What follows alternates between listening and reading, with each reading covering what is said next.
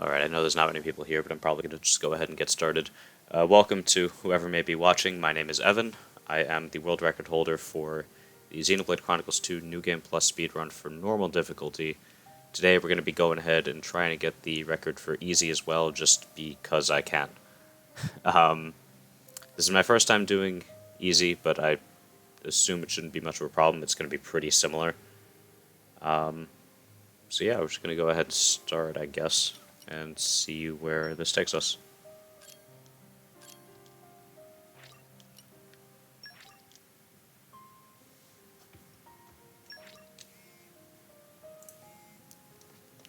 Hold on, let me turn off notifications on my phone before I start. I always forget to do that. Alright, that should be better. Okay.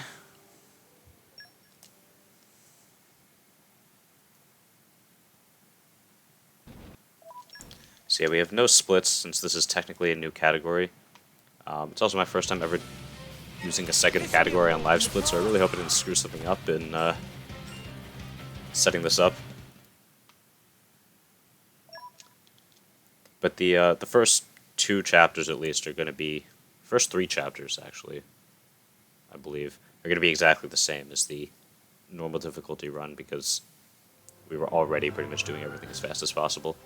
Really the only difference that easy gives is that enemies have less health. But before they already had such little health in these chapters that didn't make any difference.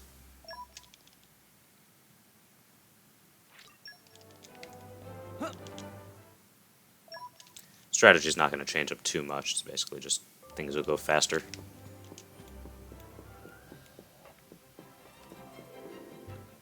Still have to do all the same skips, which is going to be annoying. I'm a little less scared now though, since, well, anything that I get is going to PB, technically. Would be nice to be able to just get the world record on the first try though.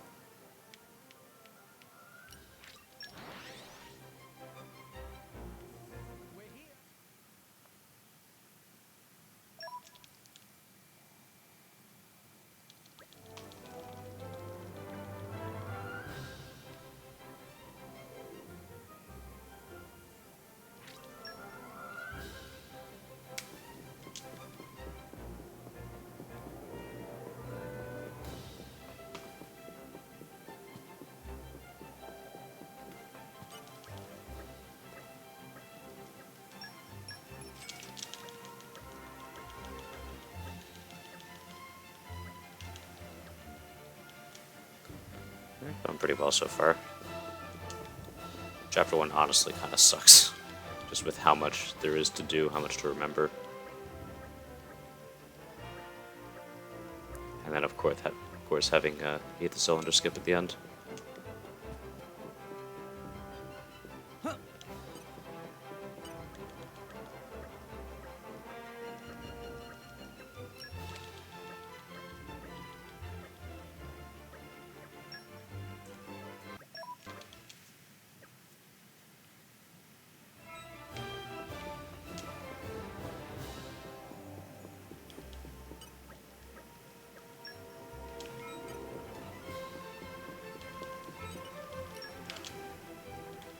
Time for some treasure hunting. I actually almost got screwed really bad. I was doing a practice run earlier today, and during Chapter 3, the quest for building the boat wasn't progressing, and I wasn't sure why. Turns out I had actually run out of puzzle tree wood. I stocked up on a ton of it beforehand, but I guess I ran out, and I had no idea.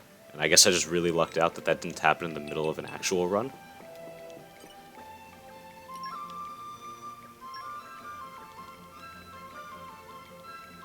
So I stocked up on a little bit more before starting this one, so it should be good to go.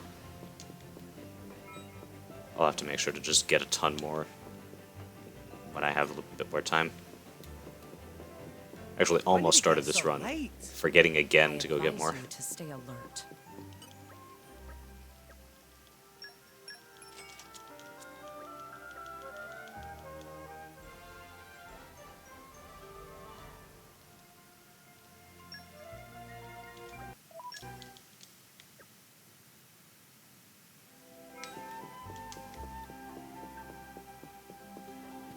And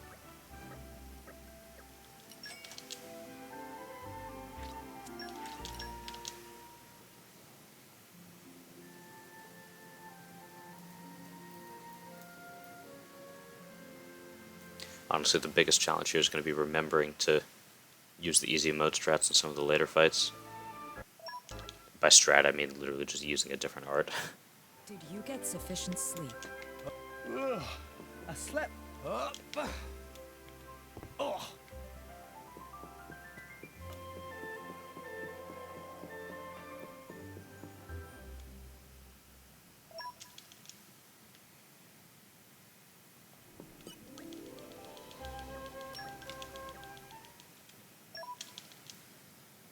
Pretty decent pace so far.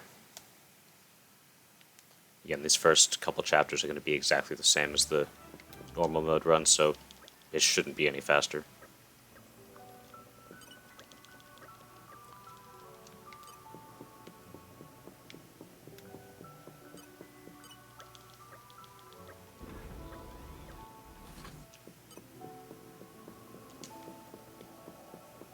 Maybe I should have compared to the world record splits.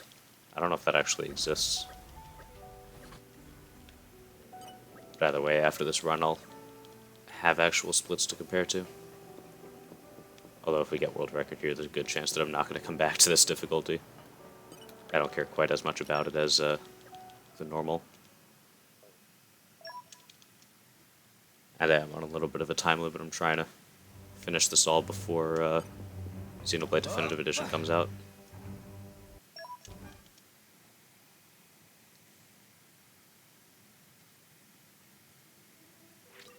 That was a good maelstrom.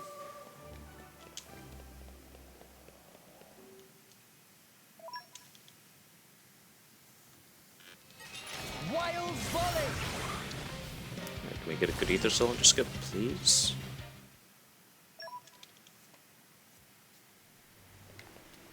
Everything else has been great so far in this run.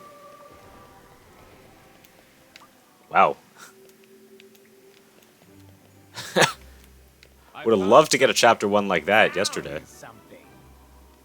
I mean, it's not done yet, but... Will I do Bringer of Chaos? Maybe. As of right now, there literally doesn't even exist a leaderboard for New Game Plus Bringer of Chaos, but maybe I'll change that. Definitely want to do normal and easy first. I haven't even done Bringer of Chaos like in an actual playthrough, or like with anything.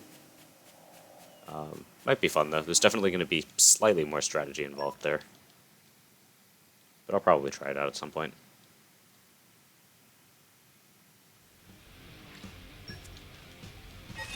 Wild volley. Pretty sure this chapter 1 is faster than the chapter 1 in my PB.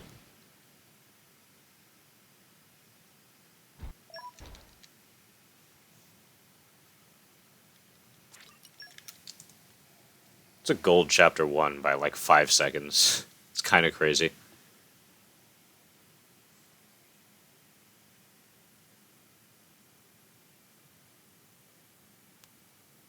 Fortunately, these splits do have to be kept separately from the normal mode splits, even though the first 3 chapters are exactly the same.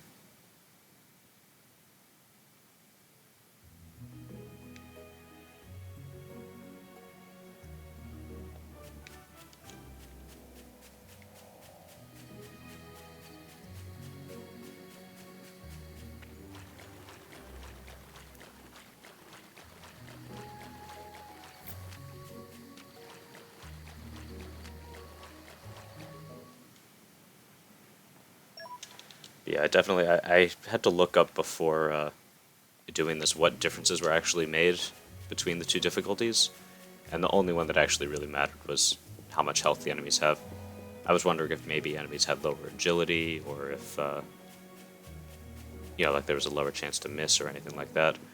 No, that's all the same. There's some stuff with, like, you know, enemies don't attack as often, and debuffs don't last as long. And you have longer to do blade combos, but none of that matters for New Game Plus, because you kill everything in 1 or 2 hits anyway.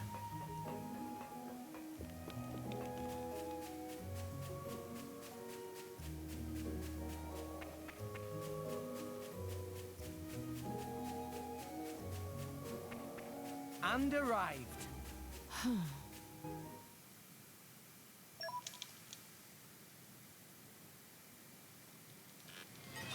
Wild volley. There is great I missed the Brog. Of course. So If I'm gonna miss something, that wasn't too bad.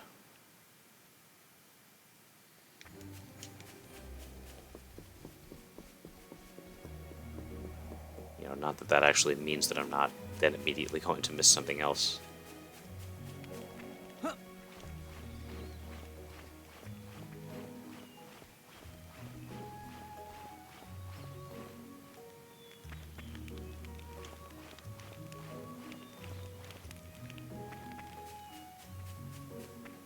Still cannot believe the luck I got on that Aether Cylinder skip.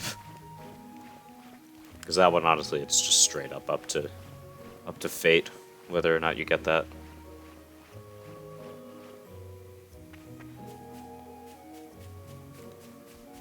Just hope that the rest of the run goes just as well. upon the power of fire. We've been asked to just set a really good time so that I don't even have to worry about coming back to it.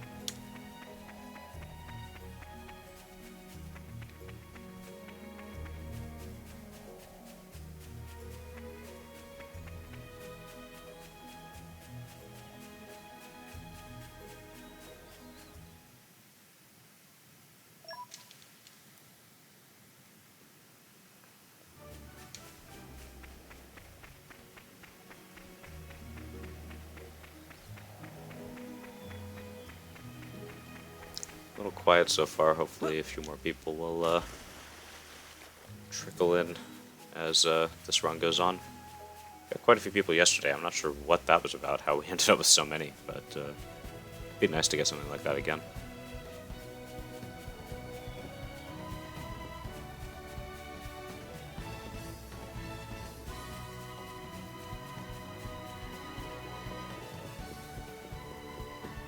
And arrived.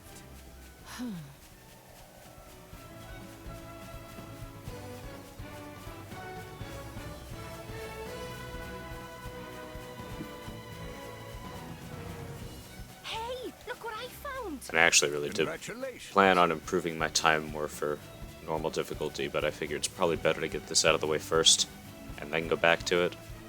Because again, I'm on a little bit of a deadline.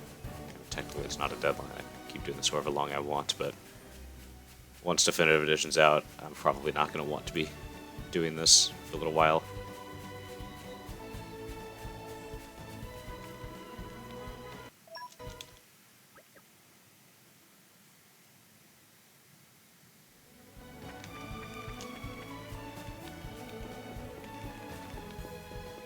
And arrived.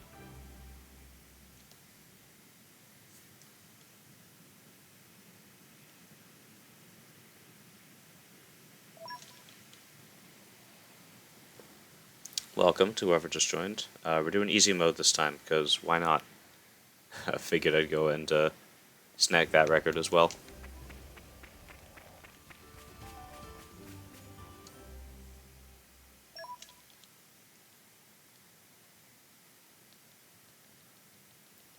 Alright, let's see if this fight can actually go well for once. Nope. Wild volley. That fight's just always weird. There's really no good way to go about it. Just gotta hope that you get really lucky.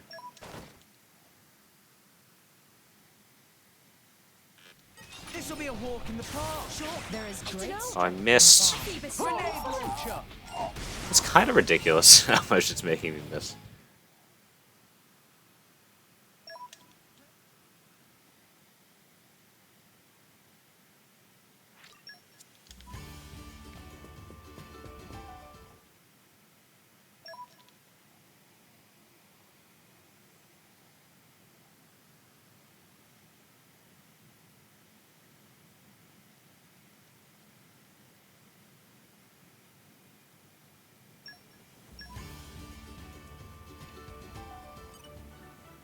I just thought of a great menu idea. Look forward to that later.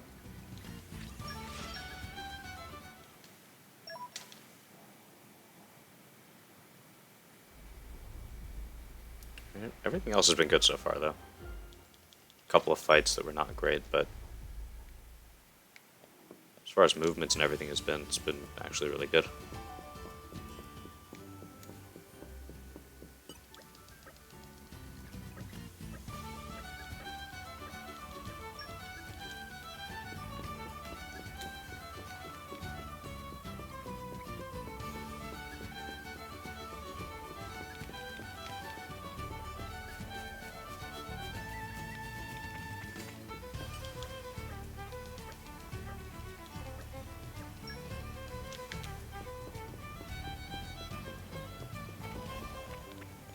And arrived. Up. That was actually something that I learned about just recently, how you can just run into the wall there to trigger the cutscene. Slightly faster to do it that way.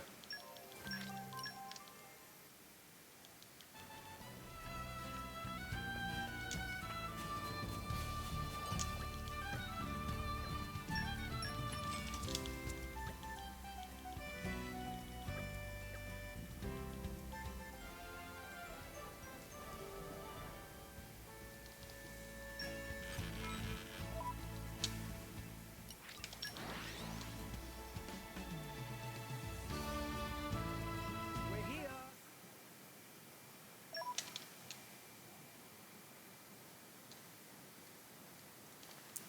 I gotta remember the right order to do everything in. There were times I need to keep going back and forth between these couple locations.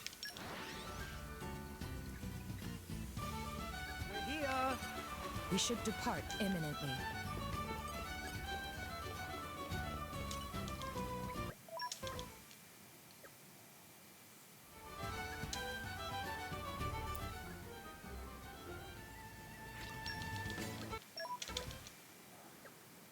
Finally learning to skip that dialogue there.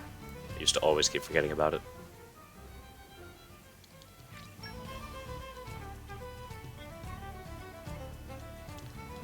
Common Blade names dev names? I don't know. I doubt it. They're probably just random Japanese names.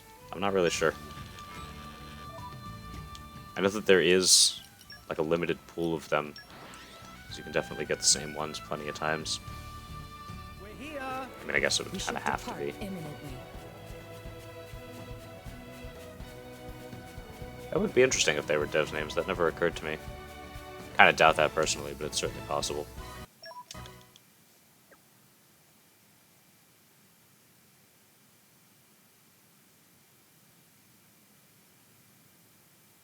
If they seek a fight, they shall get one. Interestingly, that one common blade you get, the Wind Knuckle, is always the same on every playthrough. Like when you do New Game Plus, you get the exact same blade from that core. And of course, they keep all of their We should depart their imminently. trust and their aux cores and core chip and all that.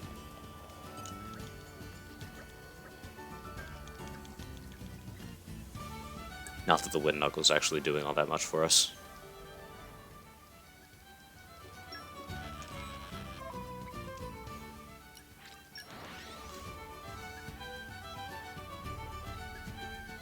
We're here.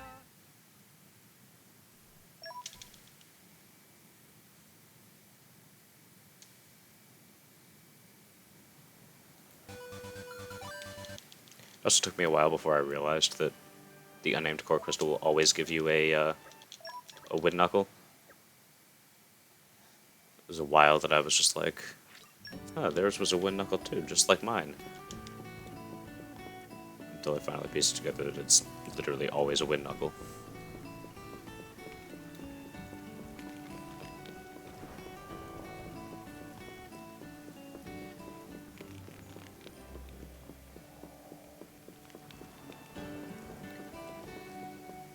And arrived. Another cool detail I only noticed recently is that the water tower here is actually here before the end of Chapter 2. And it disappears after Chapter 2 ends. Which I think is cool attention to detail. I never even noticed it before.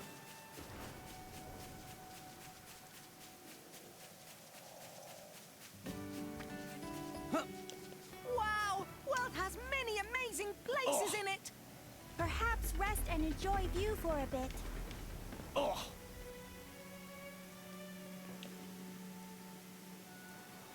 Oh. Wow! World has many amazing places in it. Perhaps rest and enjoy view for a bit.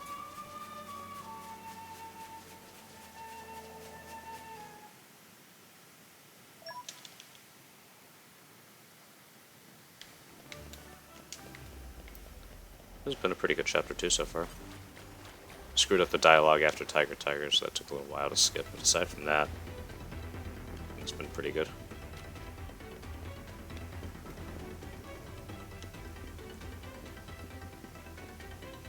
Really nice if Nia's guards wanted to be nice to me and not move so I I could trust you. kill them. Perhaps rest and enjoy view for a bit.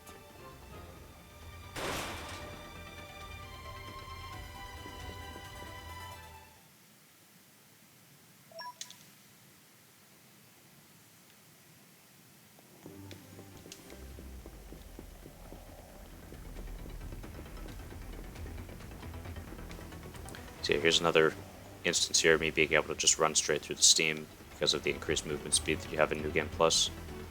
And arrived. In a regular any percent run, they would have to turn the steam off before they can run up there.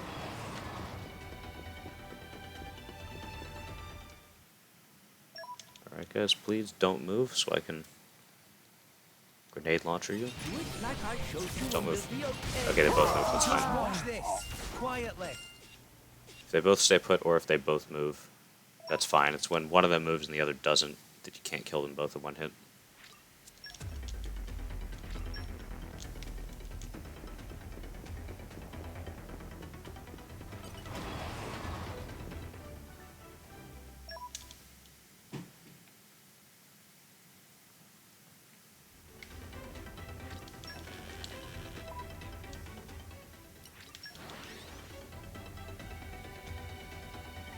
Off we go.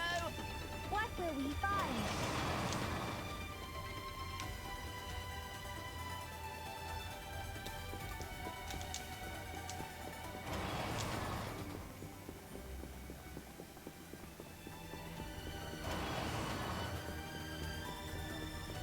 Almost done with chapter 2 here.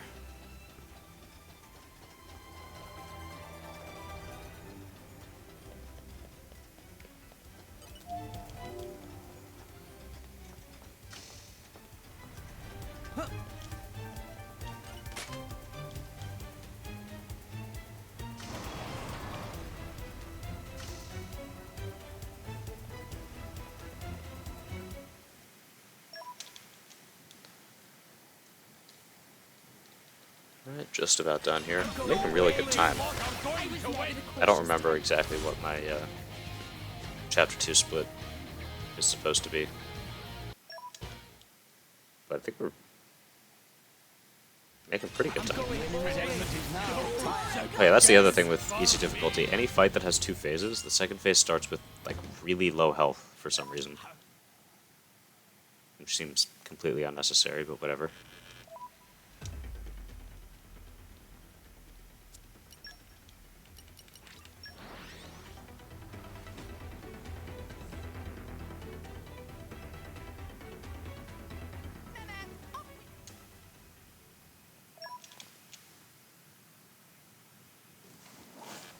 Put your best foot forward, I'm Rex. here.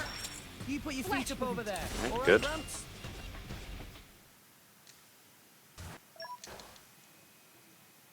But you are actually considerably ahead of my PB right now. I think it's like 20 seconds ahead or something ridiculous like that.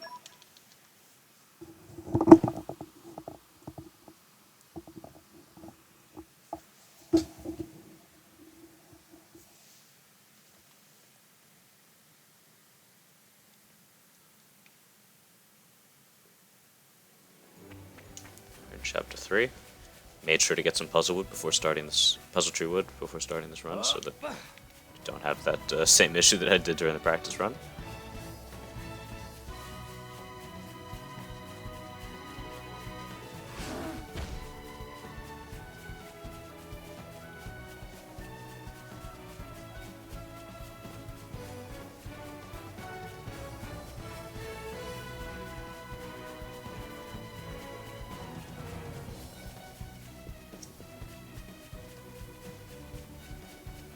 Wow! World has many amazing places in it. Perhaps rest and enjoy view for a bit. I'm not really even bothering looking at my notes. I probably should get into the habit of it now so that later in the run I'll remember to actually do that.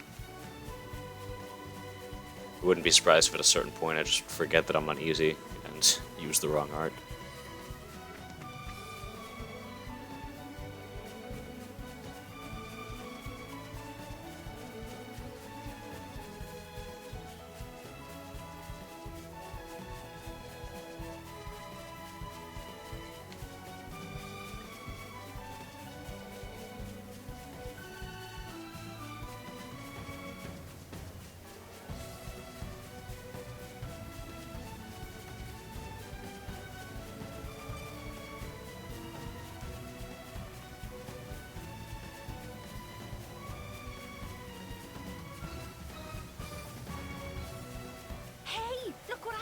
found? Congratulations. A whole lot of just running around at the beginning. Doing really well with skipping all these cutscenes. I did not such a great job of that yesterday. Ah. I did do that quite a few times yesterday. I was hoping not to do it today. And will you? Let us go.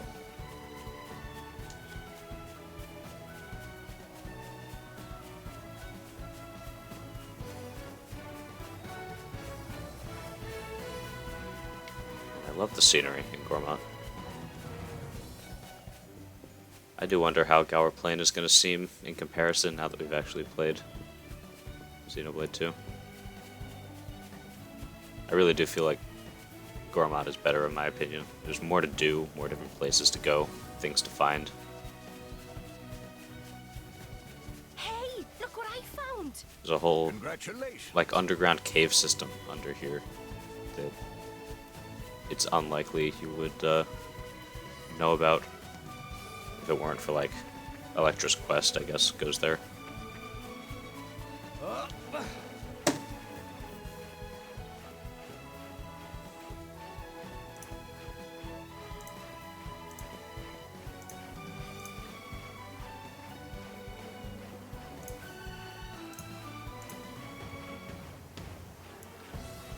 Note that climbing up this wall here is always very long. I usually take that as an opportunity to check Discord, etc.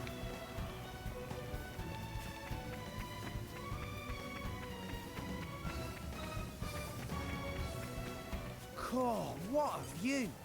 I am deeply moved. It's a little sloppy. That's fine.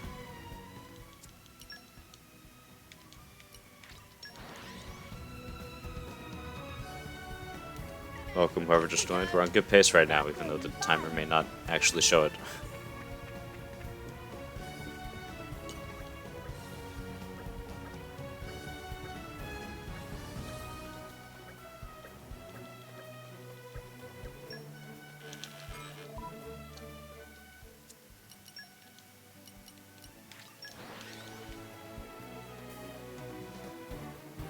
Gotta get better at doing all this. I keep going to the wrong place.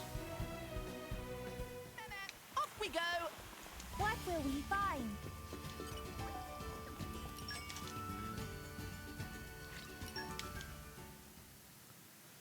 Alright, pretty good so far, though.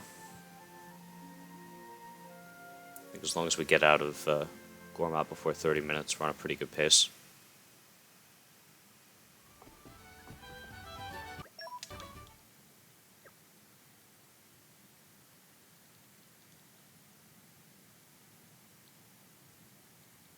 You have a restful sleep.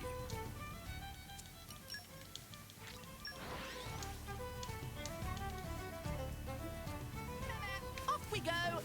What will we find? And this whole area down here, that when the cloud level is higher, that you can swim down here, and there's chests up on the what were mountains before. I had no idea about that in my first playthrough.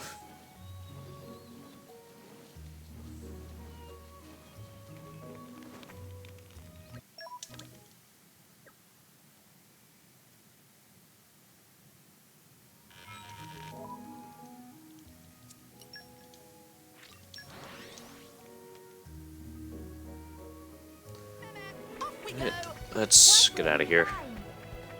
Go to Araya. Looks like we're on good pace here.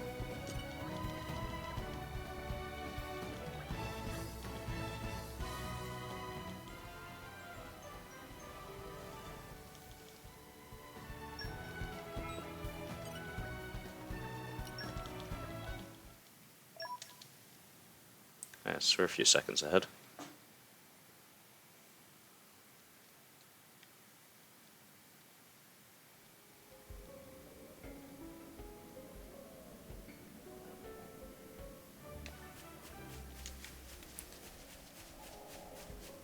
Bit of a change of scenery.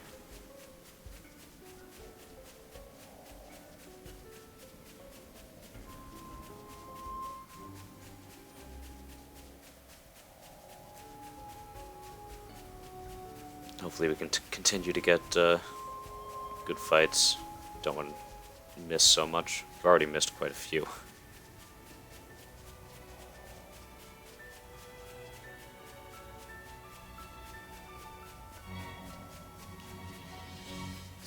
Yeah.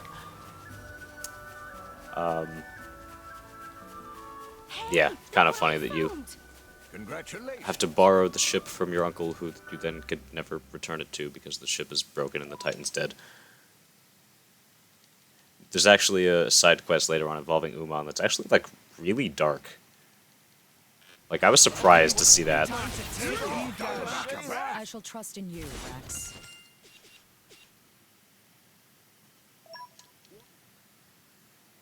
That was a really good cutscene skip.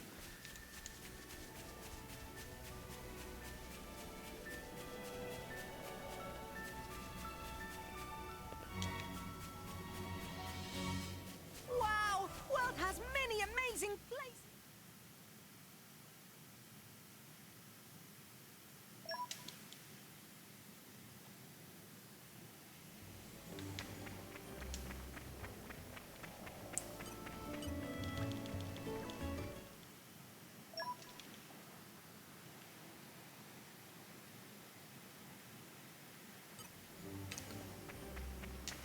I feel like I'm playing pretty well right now. It's frustrating not having any splits to compare to, but you know, I can't exactly just use the same ones from normal.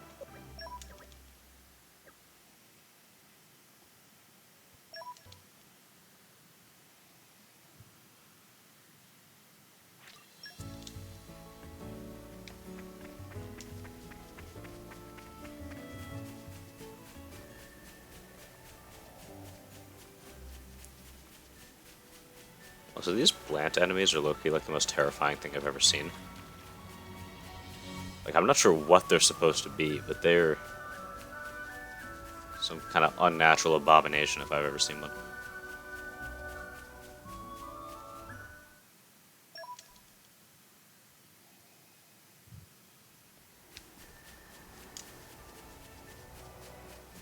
I don't think those were in the first game as far as I remember. A lot of the enemies are brought over, but I feel like there's at least a few that were made up just for this game.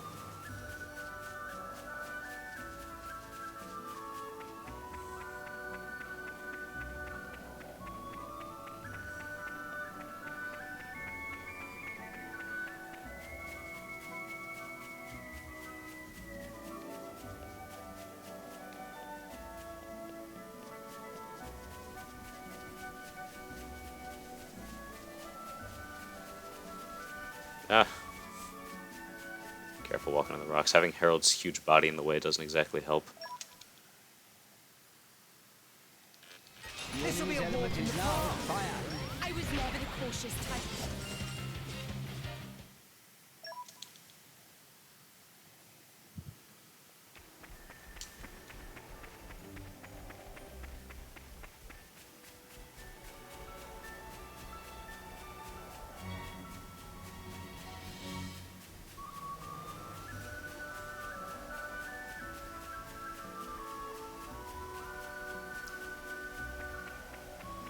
Because yeah, the Titan that's up at the top here that was attacked by the Elder Arachno, I don't know if it's explicitly stated or if it's just implied or what, that this is the Titan that you came in on. Decent place.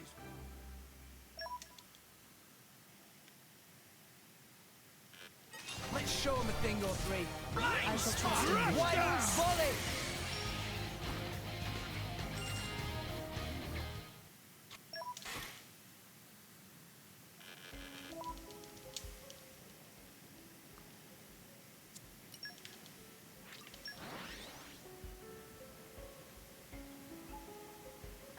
And we're you.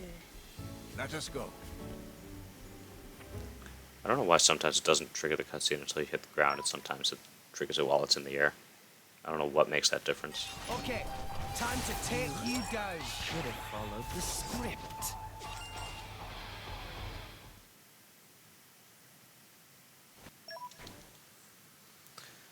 Alright, getting ready for the first zombie hover skip.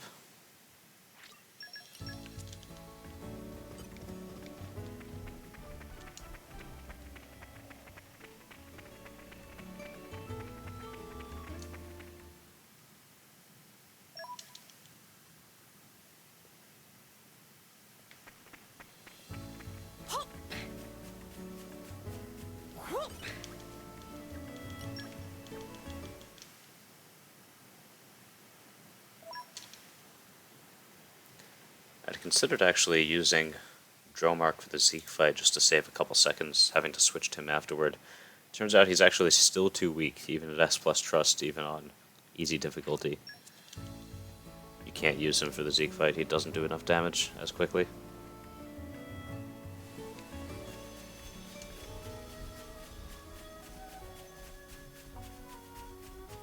Oh, we've got the, was it Crystal Rain? Is that what the weather effect is called? Don't see this too often.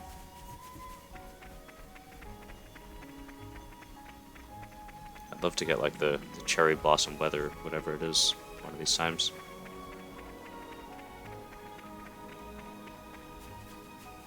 Decent place for a camp, maybe. This would make it good.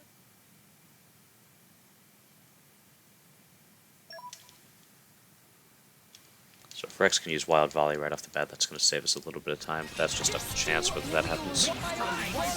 Nice. Nice, Rex.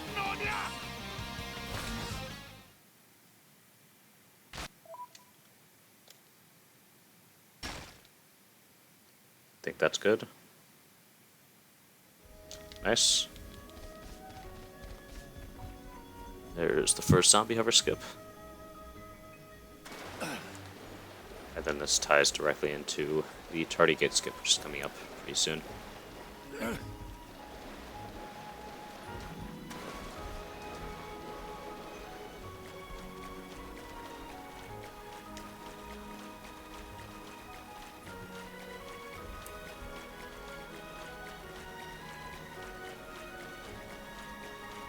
Is that black going to be in the way this time?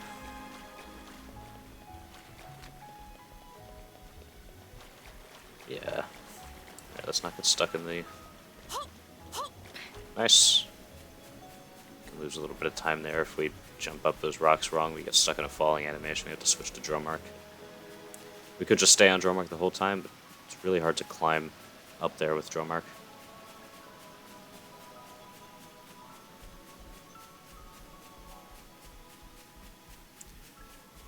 Alright, tardy gate skip should be no problem.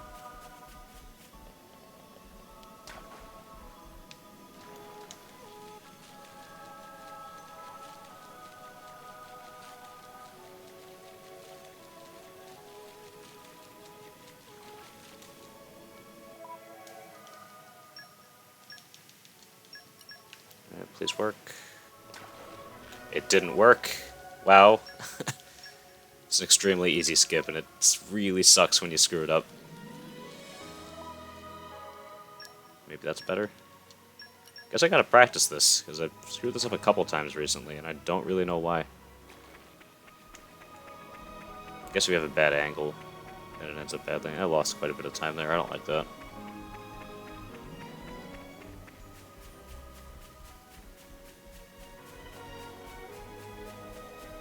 I'm not terribly worried, though.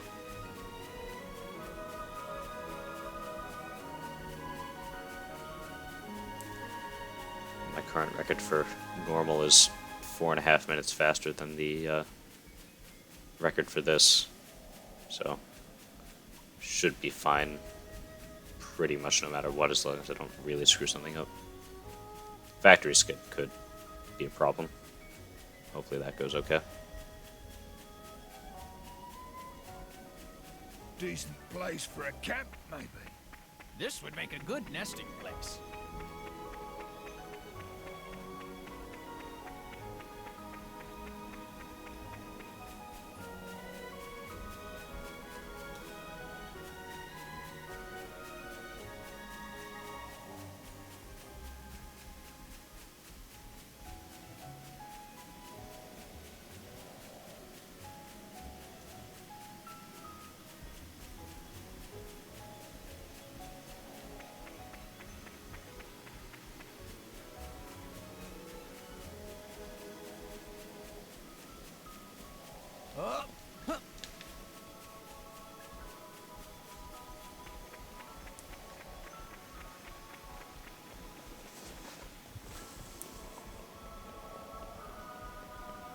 Also, another really interesting detail that I just remembered, the, what's it called, the play that's put on at the Iwama Playhouse in Fonsamima, you know, depicts the battle of the final battle of the Aegis War, 500 years ago, and in it shows Mithra, the Aegis, and you actually see the hero who is supposed to represent Adam is fighting with a white sword initially, and then halfway through the play it switches to a green sword, which I think is a really interesting attention to detail that they definitely did not need to leave in there. As we learn later while playing Torna, that Mithra's sword does transform into the third sword during that fight. And of course Minoth would know that since he was there.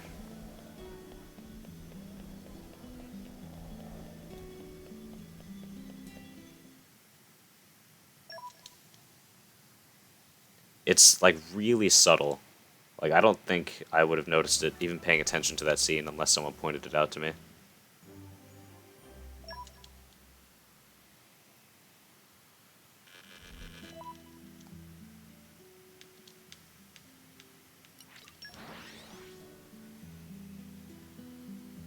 We're here. We should depart imminently.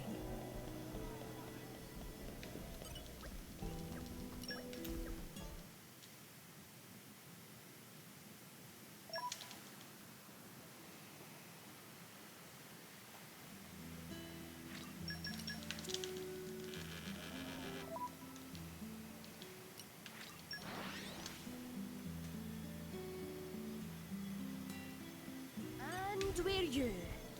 Let us go.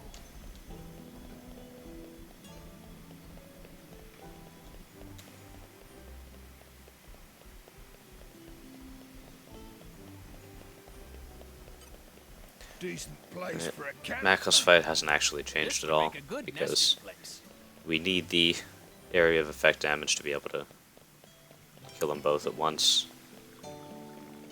So we still have to use Rolling Smash no matter what. Even though their health is ridiculously low. Welcome everyone who just joined.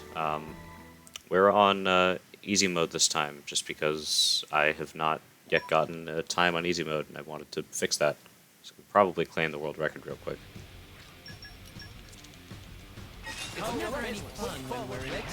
About to finish up chapter 3.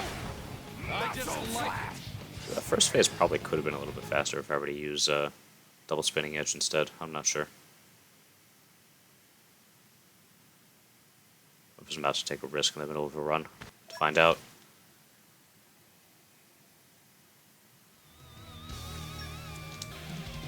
Just tell me what to do, Follow Appa. the script.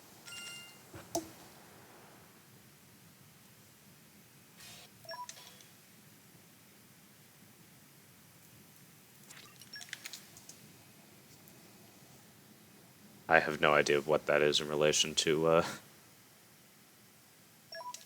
my normal time.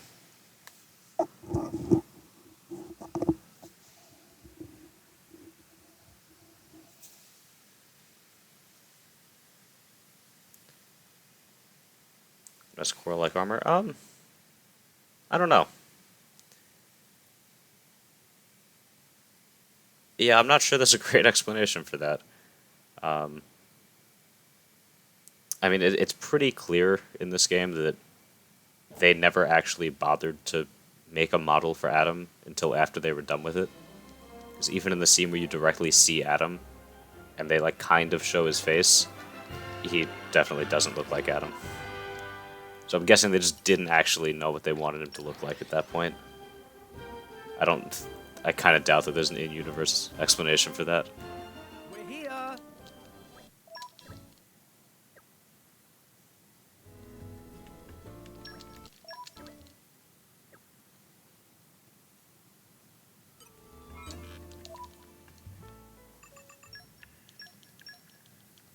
You need my help?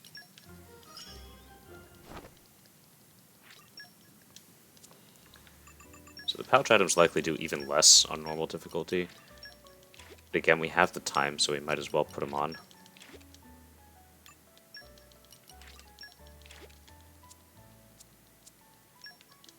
Nope.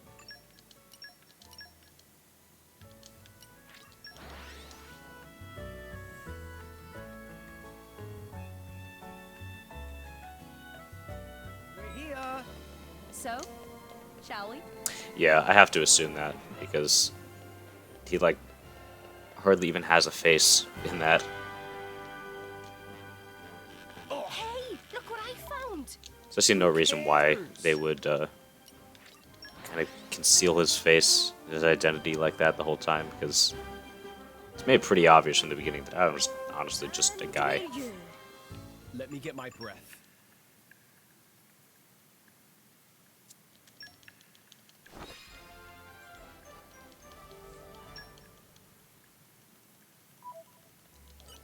We're back. And it's not just Adam. Any Tornans are usually depicted as just Tantalese NPCs, and it wasn't until the DLC that they actually made special designs for Tornans. Alright, who's the blade going to be this time? Nim. Yeah, Nim's an interesting one.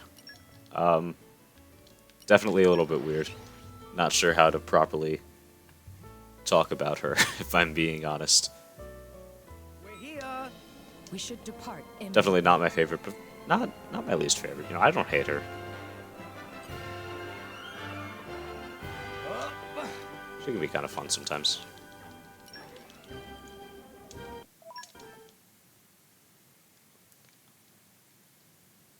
One thing that I'd love to know is the origin of Nim's name, because I honestly have no idea what that comes from.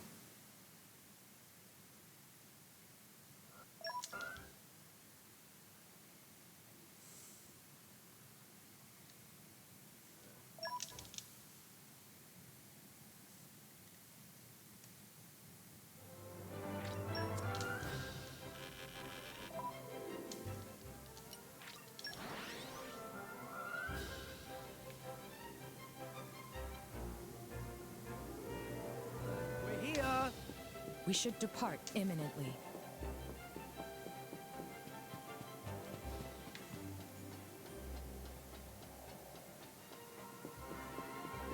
And arrived. We're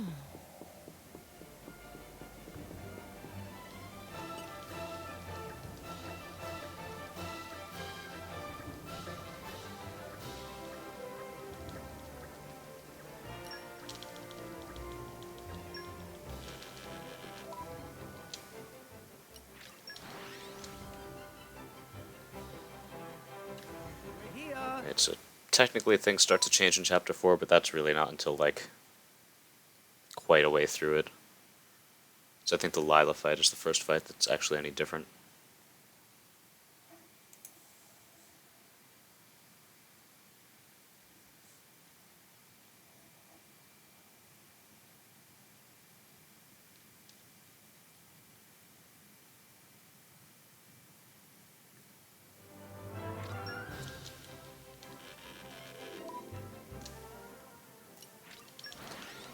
And of course there was the scene with Mithras sleepwalking, Let me get my breath. which I think it's hilarious that they managed to foreshadow that they would do in the they returned to that joke during the DLC.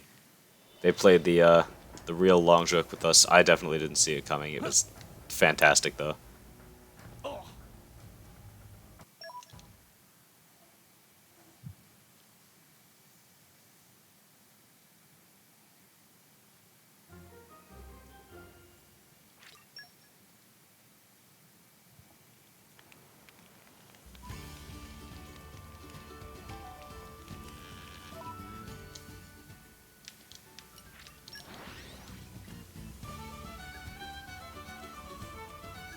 And we're here.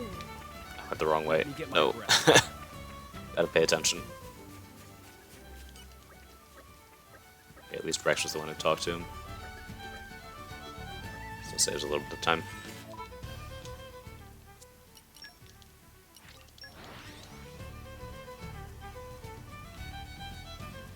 And we're here.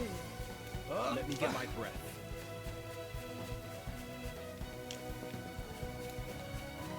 Welcome to anyone who may have just joined. We are on world record pace right now. The reason there's no splits is because I have not specifically done an easy mode run before, but I do hold the world record on normal difficulty, so yeah, I'm just doing this to grab the easy mode record.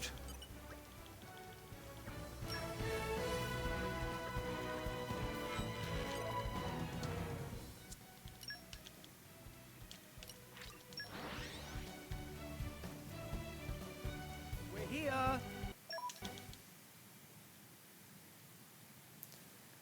Alright, the birds fight again is a little bit weird, but I'm going to try to use Wild Volley again because it worked last time, and it does save time. And hopefully Tora can take care of anything that I don't if I happen to miss one of them.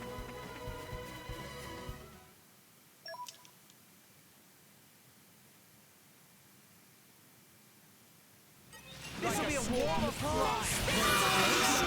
Yeah, that worked. Probably didn't actually even need to wait quite as long as I did. Alright, set to Boulder Gate.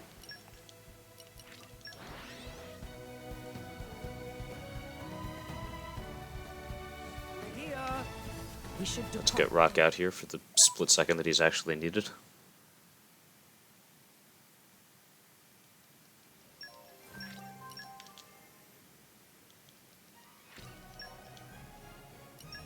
Rock, pleased to meet you. Miasma schmiasma. Away!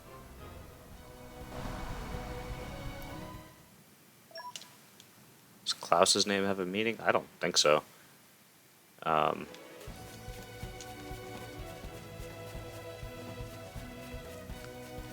Yeah, I don't really think there's a whole lot there.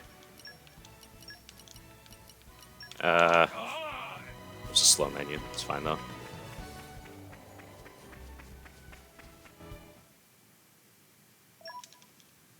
I think it's kind of just to show that he's just a normal guy, or at least he was before he became the architect.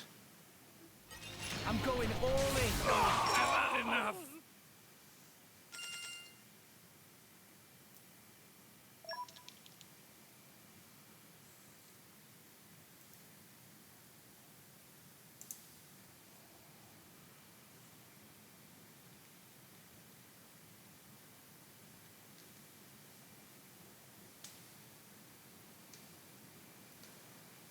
Right, we can finally head to Moradane.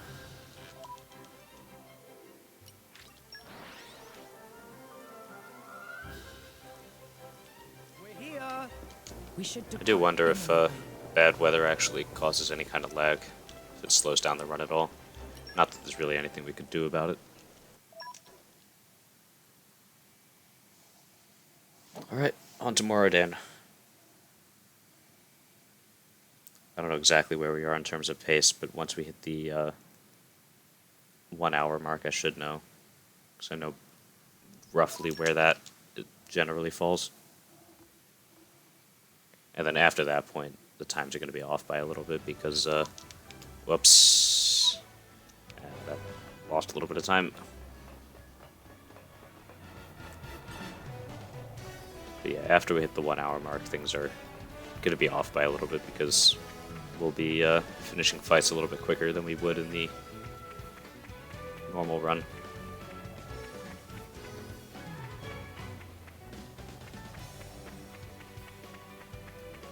Theoretically speaking, this run should end up faster than the normal run, but I think they're close enough that that may not necessarily happen.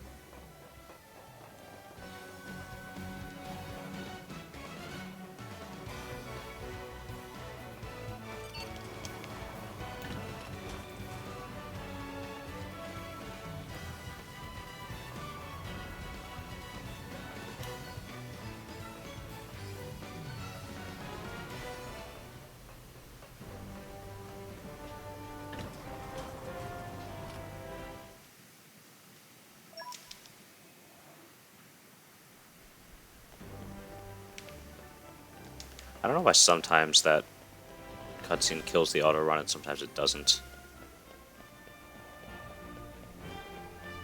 And it's just that one specifically, everything else does. Hey! Of course, the hot spring scene.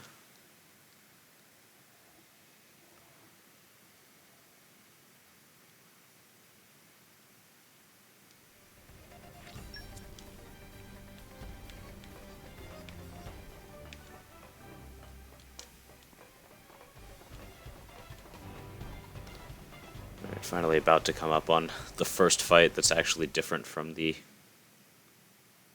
normal mode run.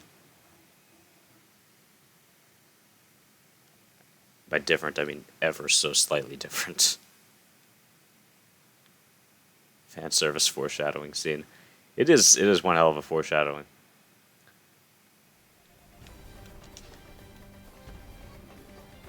Unfortunately, I actually got spoiled on the thing that it was foreshadowing before I got there, which is unfortunate.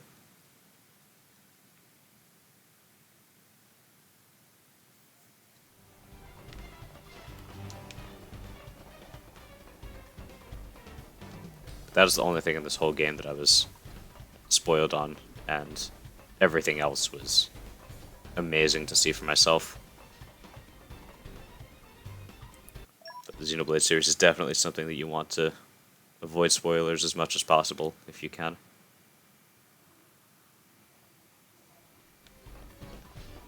No. And arrived. One is now having. Oh, that's really rough.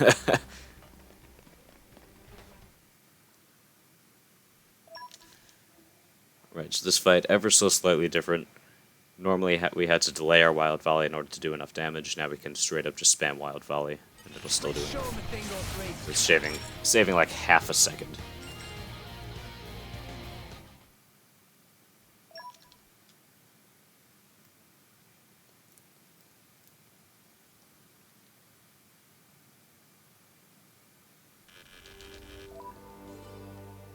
And Morag fight, we're still going to use Grenade Launcher, because even though we can do enough damage with Wild Volley, we can't hit all the enemies at once without Grenade Launchers, so that's what we're going to do. Let me get my breath.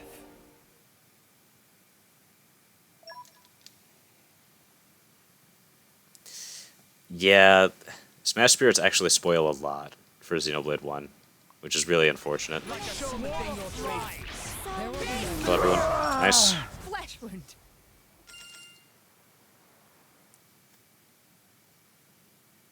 Your skill.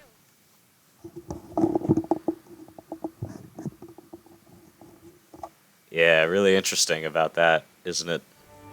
I'm not going to say anything there.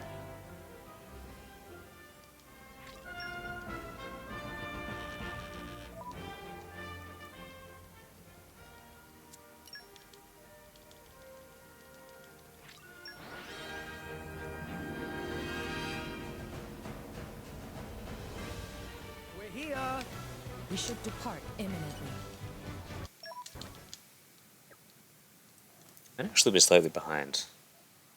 Kind of hard to tell.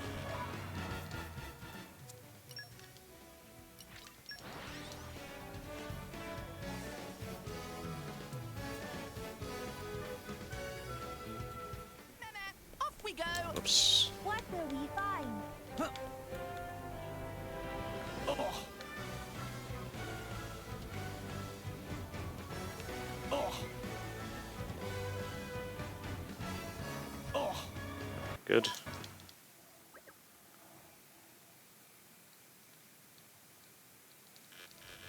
You say he can use it. I'm not quite sure what you mean by that, but I don't want to spoil anything.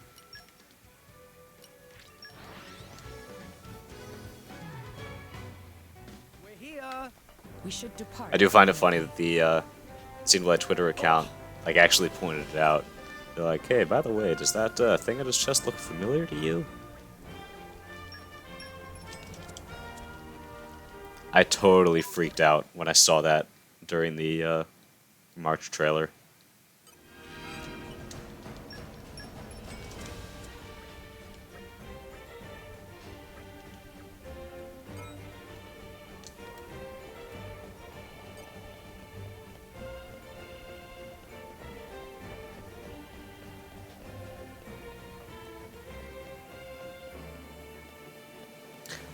I would guess you probably have a pretty good idea what that's about. Places in it.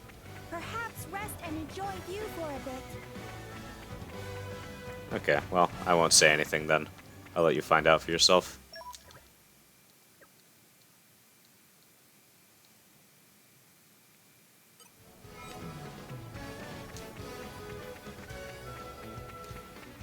I also really hope I can get the jump down to the 4th ridge entrance this time. I failed that like 3 times in a row this morning, and I have no idea why. I don't know if it's something to do with my controller, or if it just sometimes doesn't want to let you land there. I have no idea. I think I failed it once yesterday, too, if I recall correctly.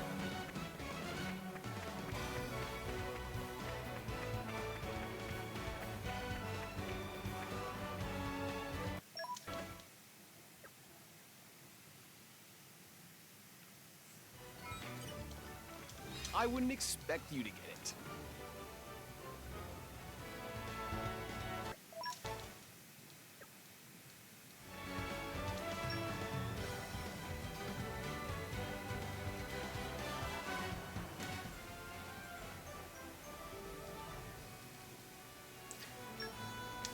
This jump here has become far more of a concern than it ever should have been.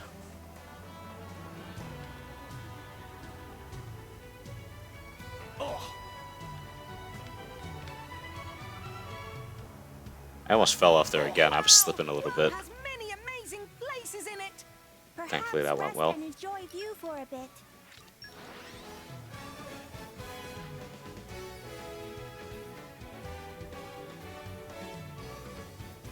We're here. We should depart imminently. So now I'm just a little bit concerned about factory skip. Hopefully that's not too much of a problem though. Eat the cylinder skip went well. That jump went well. I failed tardy gate skip somehow. That might have been where I lost some time.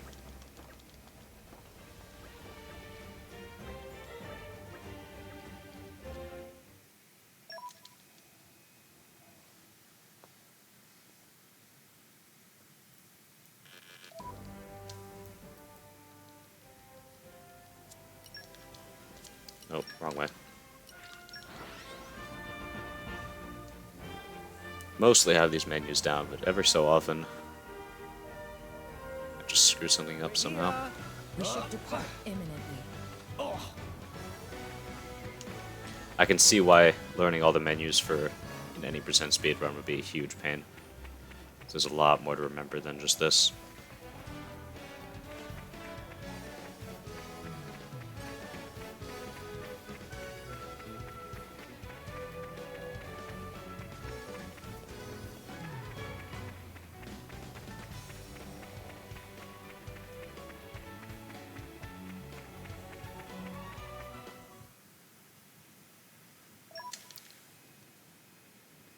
I should be able to just use Wild Volley for this. This'll be a walk in the park. Oh, shut up. Again, half a second saved.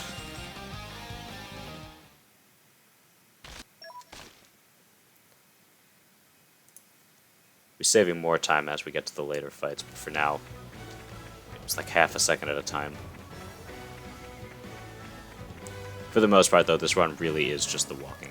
The fights don't actually contribute all that much. Taking good lines is really important.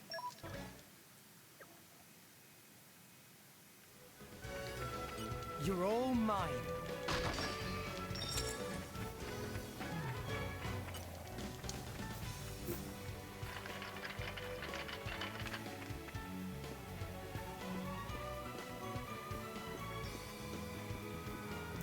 Welcome again to anyone who may have recently joined the chat. Feel free to Perhaps rest talk in the and chat a enjoy bit. view for a bit. I am Trust you. very knowledgeable about this game, if I may say so myself, and I enjoy talking about it with other people. If you have questions about it, or if you just want to talk, feel free.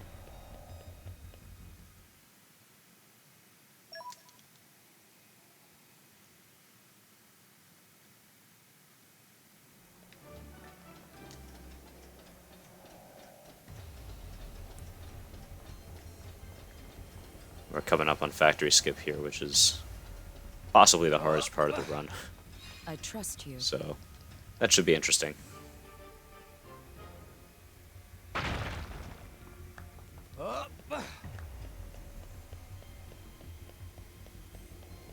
Hey, look what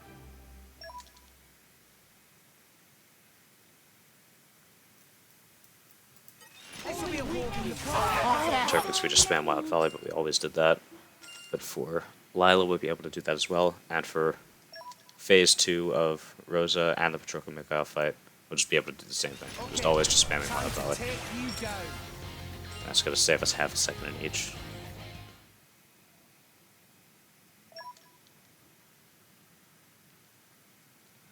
Alright, factory skip time.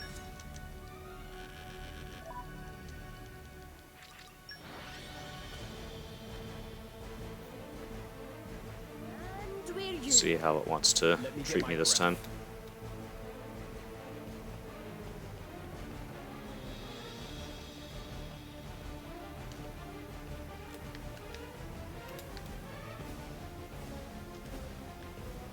Apparently really well.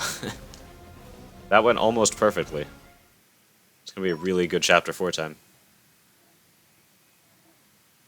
This is not an easy skip to do. Show 'em the thing off, lady.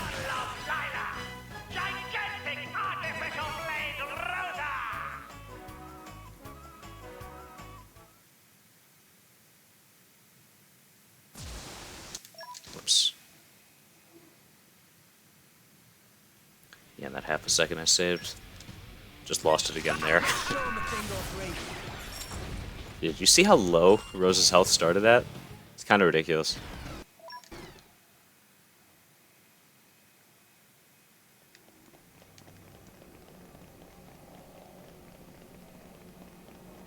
Any Underarm. boss fight that has 2 phases starts with really low health in the second phase.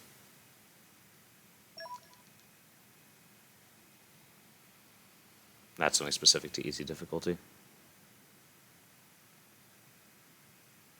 You can't use your powers here. Ain't that right, Aegis?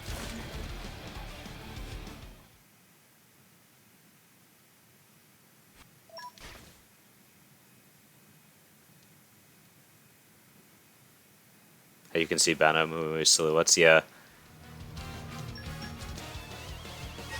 This'll be a walk in the park. Why is this happening, Mikhail? Right, nice. This is it. Patroka, I love you.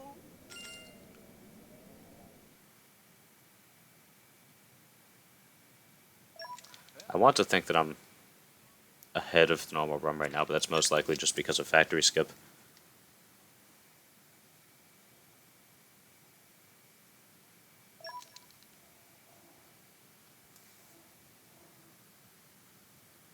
$12 ahead, nice. I mean, again, it's not that comparable since it is a different difficulty. Although for the most part, everything's been pretty similar so far. I just got lucky by having a really good factory skip. Also, welcome, Gren. How are you doing?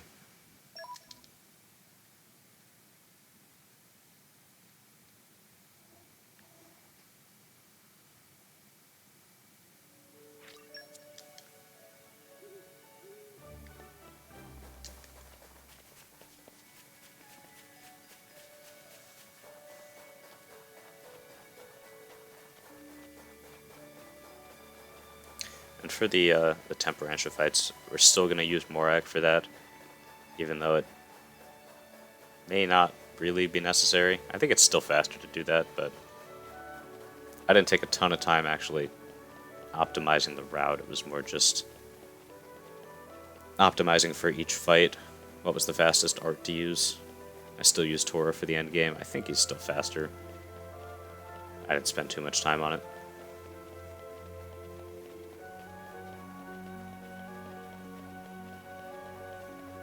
But I did think it was important to at least try each fight first, so that I have some idea of how much weaker they're going to be.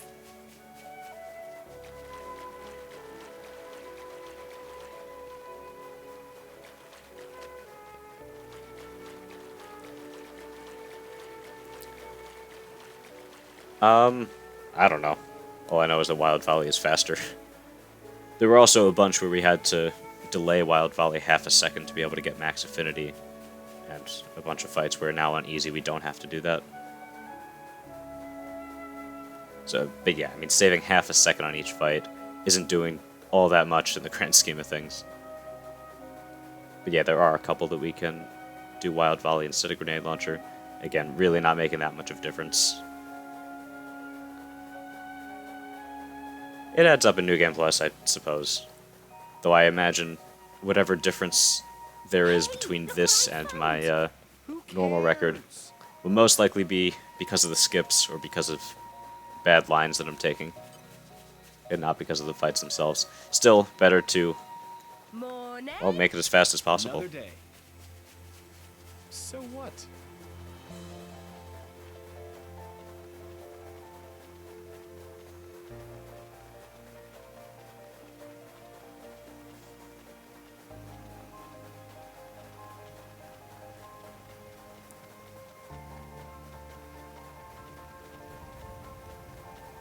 I am very interested to see what they do with Future Connected. All in one piece. I'm not sure how they could possibly... Well, I don't know. This is Monolith Soft we're talking about. They always find a way to surprise us.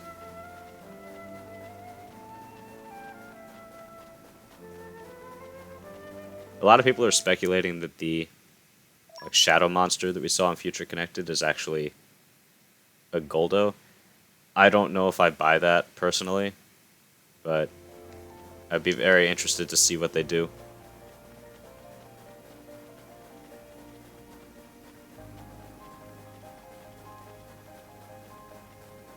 They do look similar, but I don't think it would make sense at all. I mean, without giving spoilers for Xenoblade 1, because I know that there are people in this chat who haven't played it, it just wouldn't make sense.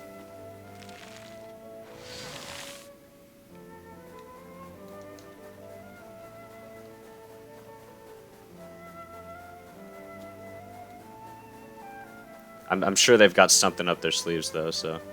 Of course, there'd be an Easter egg. They wouldn't do that to us. As much as you can't trust Monolith Soft, there's no way they would do that to us.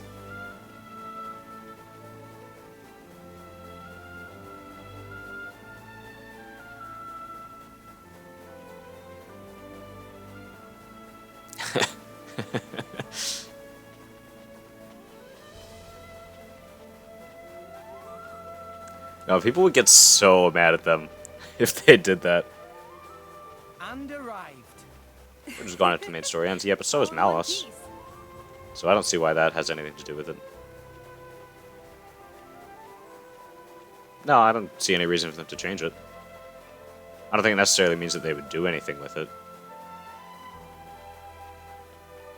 I think it's more just a confirmation of the fan theory that everyone has. I don't think they needed to explain it. I think that everyone assumed that anyway, and this is kind of just throwing us a bone to confirm that. That's probably all it is. And yeah, I am being kind of cryptic here because I don't want to give away spoilers with the first game. Want to let people go into Definitive Edition as blind as possible.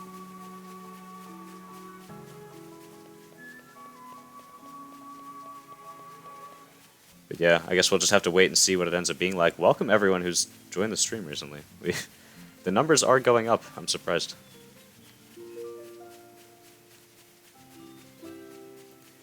What to do with it? Yeah, I mean, personally, I really don't think I'm going to speedrun it. I'm probably going to play through it. Oh, you mean as far as playing through the game first or Future Connected first? I think I'm going to play through the main game first. I've kind of accepted at this point that I'm going to get spoiled for Future Connected, but it just doesn't make sense to play it first.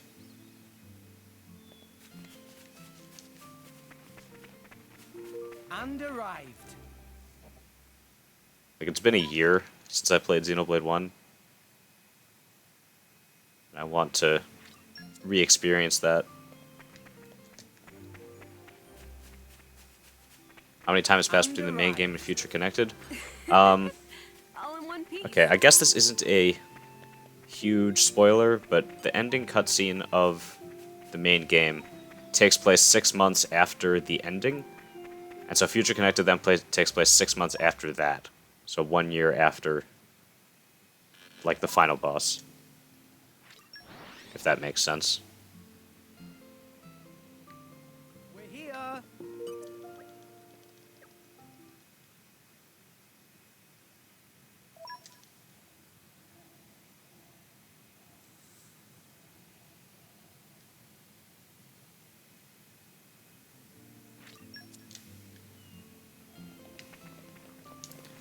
Alright, the Zeke fight in this chapter is actually going to be exactly the same as in the normal difficulty run, because there we were actually cutting it pretty close with how much damage we were dealing.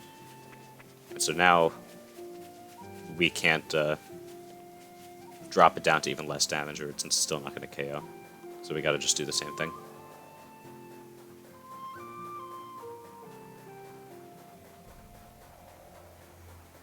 But yeah, that really sucks.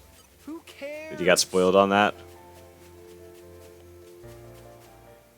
And like, it's a cool thing that they did that in Smash, but it's such a spoiler. Man, I hate it. Oh, Ion is disgusting. Let's show 'em a thing or three. Phase 2 Ion, 1 art with Tora if I get a crit. If I have Patroka and Dagus out, I can use Swooshing Slash with Tora, and if I get 1 crit, then that's it. If I don't get a crit, I think he still has a sliver of health. I was supposed to switch to Tora there. I think I'll get a chance later. Wow! So I'm not going to worry about it now. Amazing places in it. We discovered good place.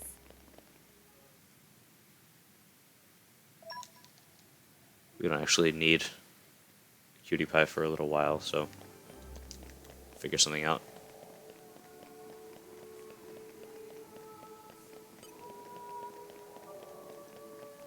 Yeah, once Morag leaves the party before we leave for Temperantia, we can switch to Tora there. Should make no difference.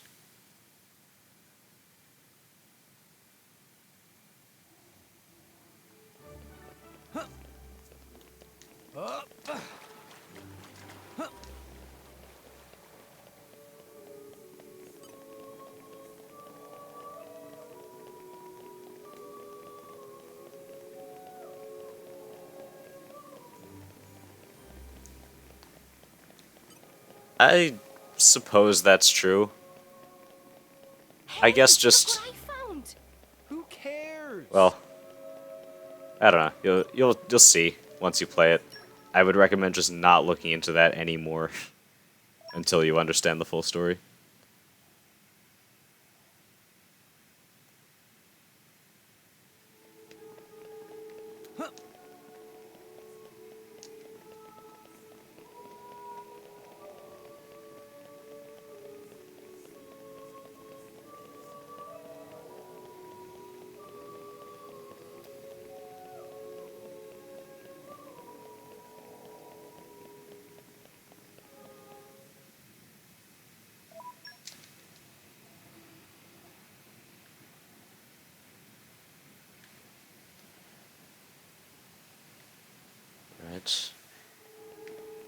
Right. Keep forgetting. Indulge just sucks. Keep forgetting where I am constantly. We're here. We should depart imminently.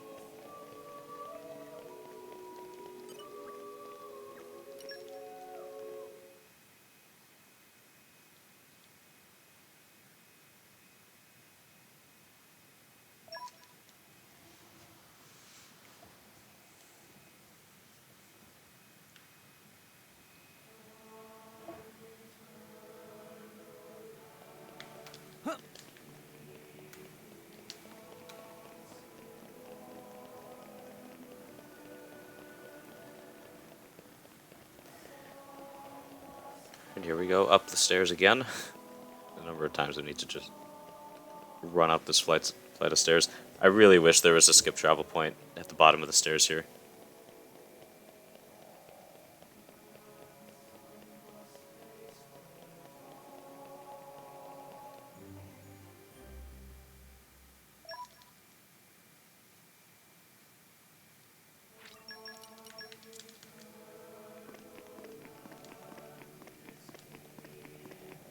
Alright, so there we go. We got Cutie Pie out.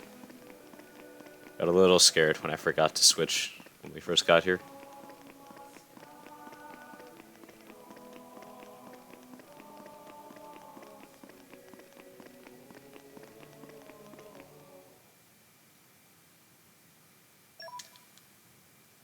Yeah, you get plenty of prompts to switch.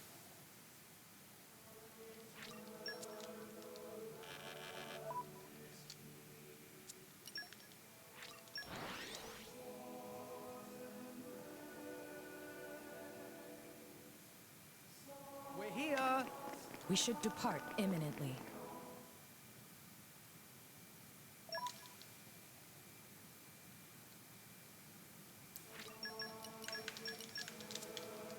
Good.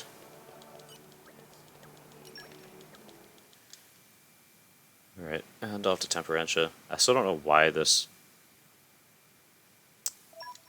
loading screen here, after you skip this cutscene, there's like hardly any loading screen before it loads this entire new area. But, I don't know, I'm not complaining.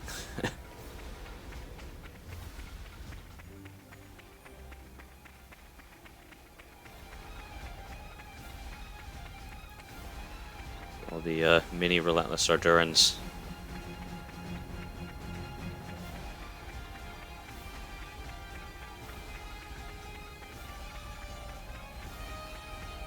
I really don't know why Relentless Arduran looks like a Balgus, considering it's a completely separate animal.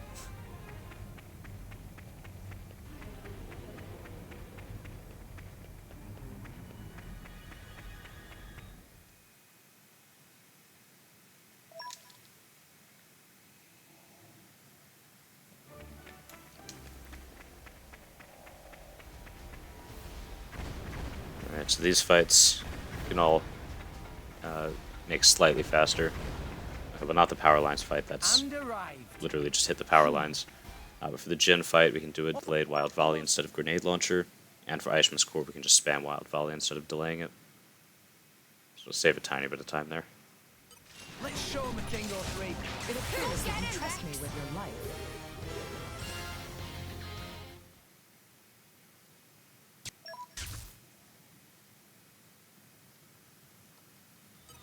Only I was 500 years There is younger. great strength Nice. in bonds.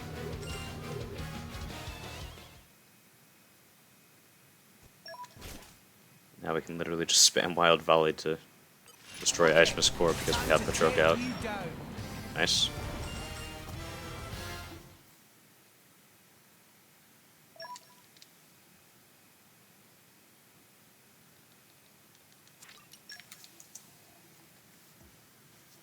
We gotta make sure to skip the next cutscene.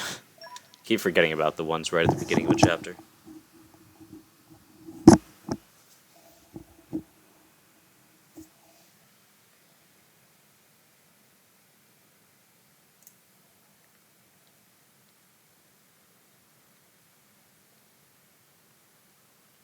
I've completely lost track of where I am relative to my normal time, but honestly, it probably matters a lot less at this point. And the further we progress, the less it's going to match up. So it's just going to be more fights that we do differently.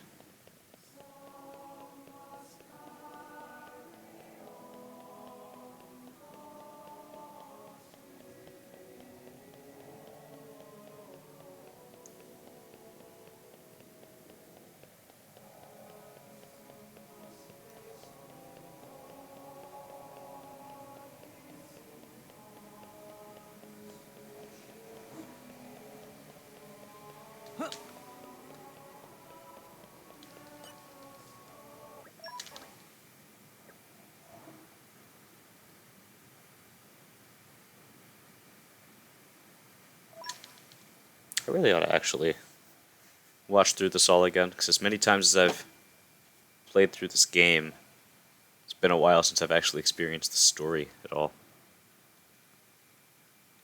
By a while, I mean like, I don't know, a couple months maybe. Up. So not actually that long.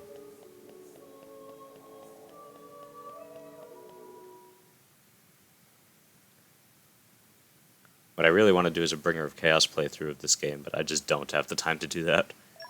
With Definitive Edition coming out and with all of the other games that are stacking up that I need to play.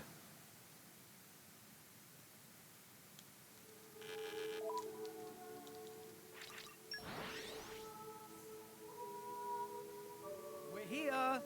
We should depart imminently.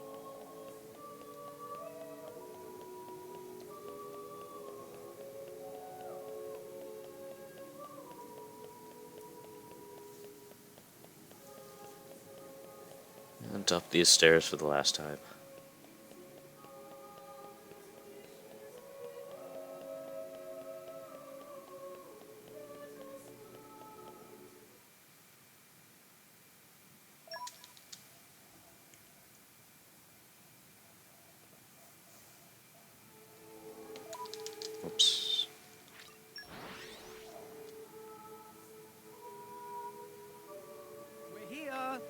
We should depart imminently.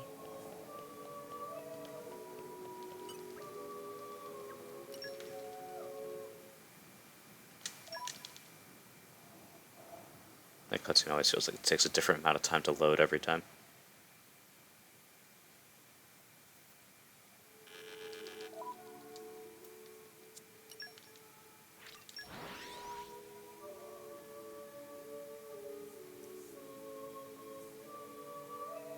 We're here. We should depart imminently.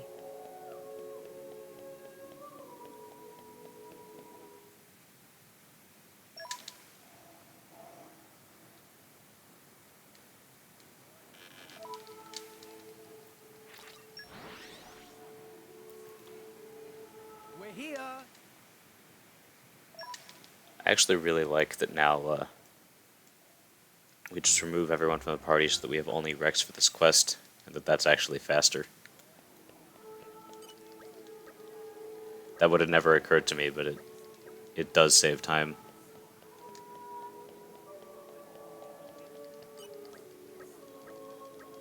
So as much as I've tried to optimize this run, that's definitely something I would not have thought of. Oh, yeah, did I never mention it? Yeah, I ran this a bunch of times. I did, I think, 9 runs with a full party, and like 3 runs with just Rex. We're here. On average, it saved like 3 to 4 seconds. Because the menu to put Nia and Zeke back in the party is extremely quick.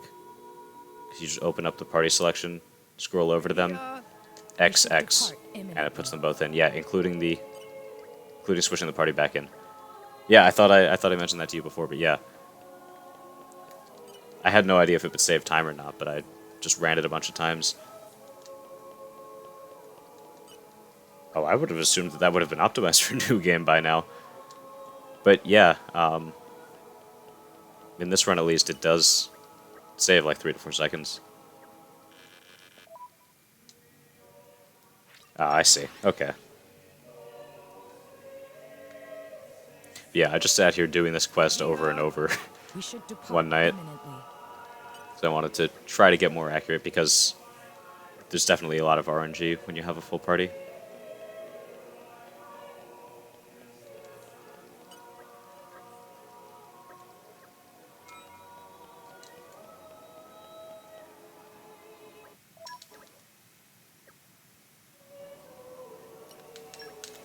No, I chose the wrong one. I wasn't supposed to skip that either, man.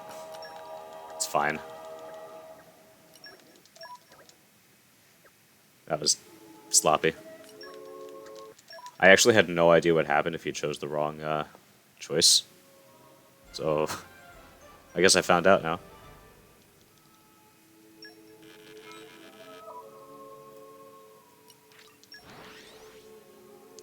So yeah, look at this menu to put Nia and Zeke back in. Here. We should depart imminently.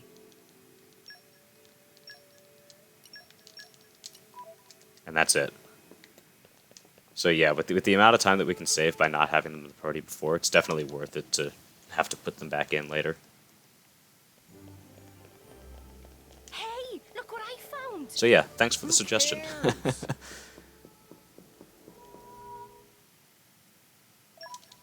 3 to 4 seconds, something like that. I think I still have the data here. I might have thrown it out, but I can try and find it after this run. Suggest applying divide and you, counter mate? tactics.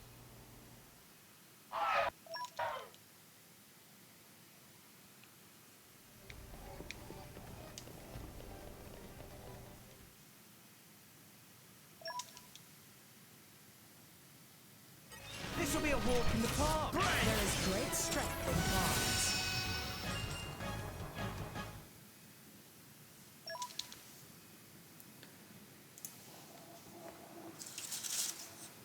Okay, yeah, no, I do still have the times right here from when I timed it. I'm not gonna read them off right now, but I have it. I can send it to you later, Connor, if you're interested.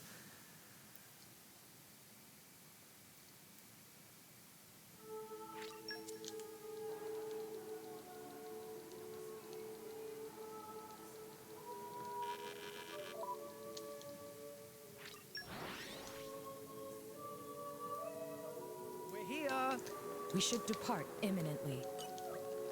Yeah, I mean, it makes sense, though, that it would save time. It's always frustrating with the few times that you talk to NPCs in the rest of the run where it's not actually worth it to take the other members out of your party, when sometimes Rex isn't the one who talks to them, and it loses a couple seconds, there's nothing you can do about it.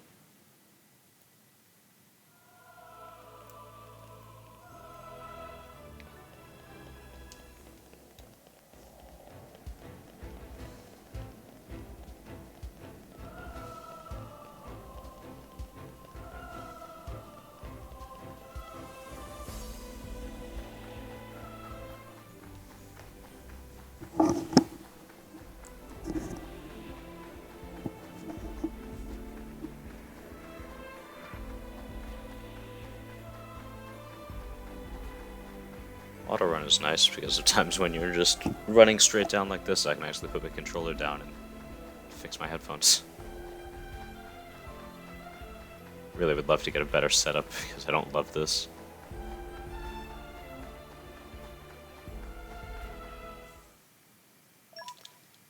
Yeah, I hate when the monsters just run in your way. Yeah, their positions are more or less random every time, so you can't really predict it.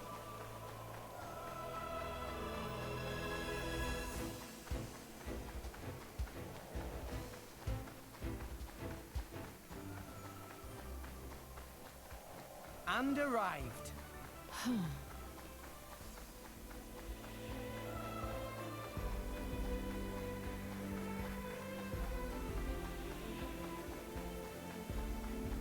Alright, sounds good, Gren.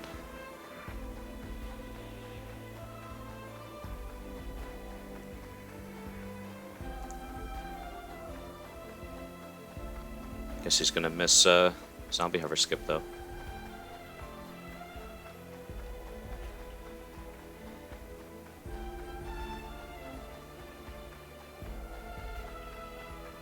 Hey, look what I found! Who cares?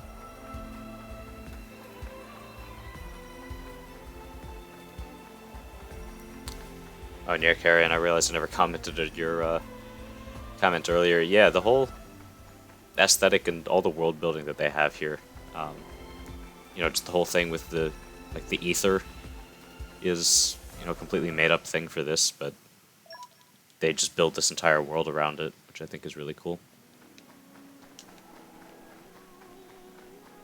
And even the idea that they came up with the whole system with the drivers and blades, and, you know, blades like becoming titans and all that stuff. The fact that they managed to come up with all of that just for this one game is pretty cool.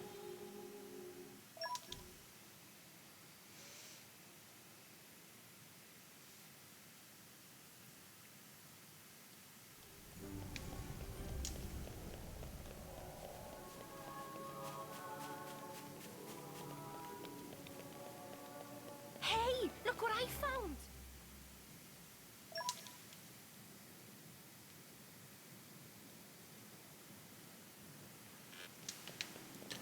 Alright, let's hope that I don't get screwed by loads here. Let's hope that I can actually notice.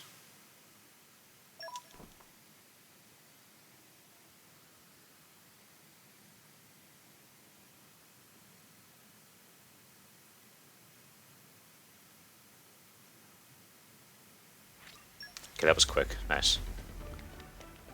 So, at least not getting screwed by loads yet.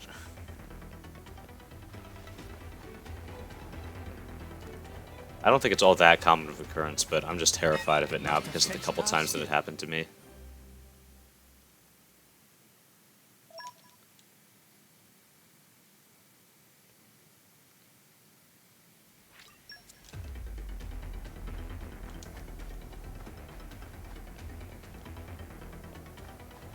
Okay, bring it on. Key chakra. Yeah, see, I don't understand that reference, but from what I know, yeah, it's basically. New enemy in the mix. I explain to people it's energy. That's what it is. That's all you really need to know.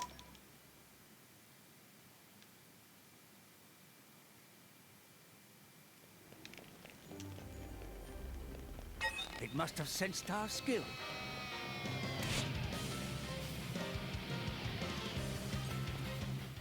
This fight should be no problem.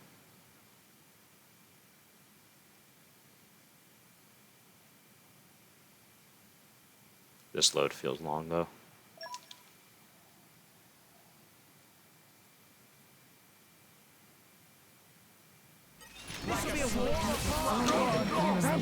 Break a sweat. We'll beat the grenade launcher. I guess I'll be the outback. One of them survived. Yeah. Alright, that's fine.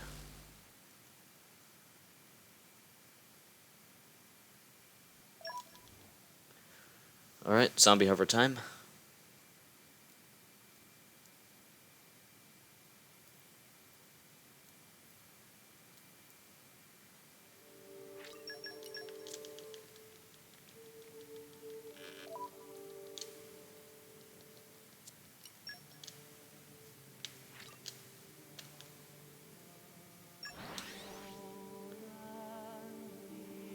Should be fine. Yeah, we're good. Let us go. That skip would be pretty scary if it were harder to do. But as it is, it's just a really easy skip. It's not too worrying.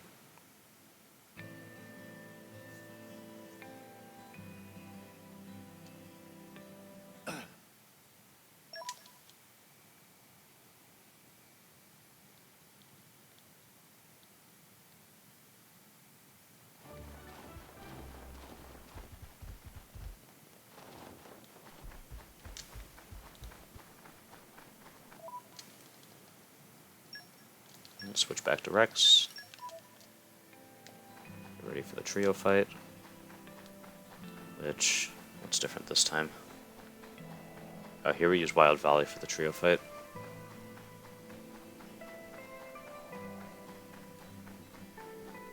Which I tried a couple times this morning and it seems to work just fine. So hopefully we don't have any issues with that here either.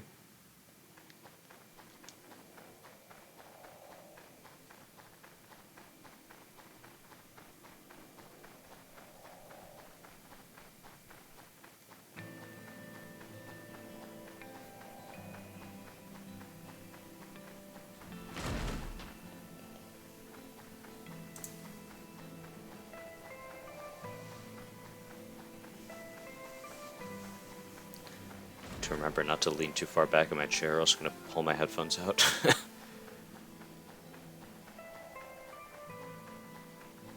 Do need a better setup, but I don't know if it's worth actually dealing with that, or how much better I could actually make it.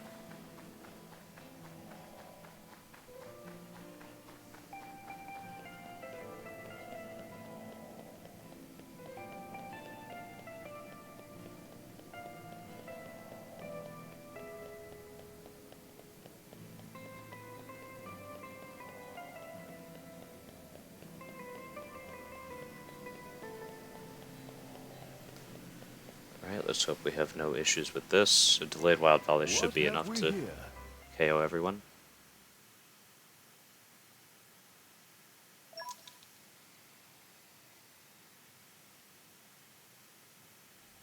Let's show him a thing or three. Nice, that worked. Now Jin's going to be exactly the same, because we always just spam Wild Volley for that anyway. Just got to remember to walk forward a few steps first, because Jin spawns out of range. Look at me. Okay, time to take you Nice. down. My power. Never sure exactly how far forward to walk, but never want to not walk far enough. It's better to overshoot it.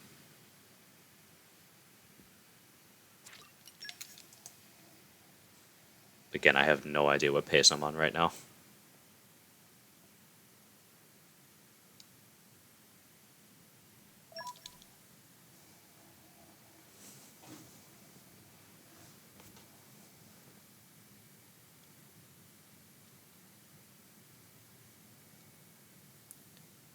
Chapter 7 is still definitely my favorite in terms of story. This cutscene right at the beginning here is possibly my favorite in the whole game.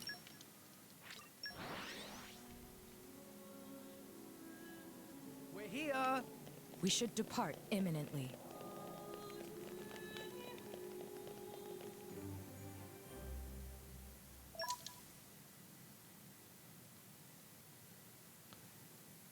Chapter 7 really is great. At least, again, just in terms of story, because in terms of gameplay, it is awful. I will absolutely confess that. Spirit Crucible Elvis sucks, Cliffs of Morthus sucks.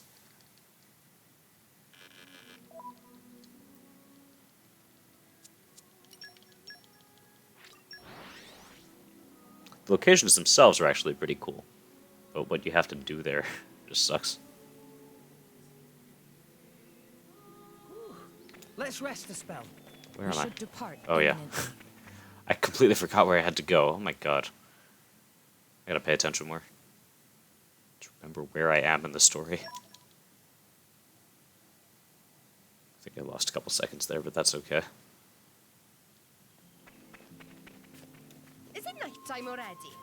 We need We to find need to find lodgings. lodgings. I don't know the exact quotes for every blade, but for the ones that are used in this run, I've heard pretty much every quote possible from all of them, just because of the number of practice runs that I've done. My favorite is the exchange between Zeke and Cosmos there, where Zeke says, "Darkness envelops the world in its Stygian embrace," to which Cosmos says, "The time is now 7 p.m. I always just thought that was really funny.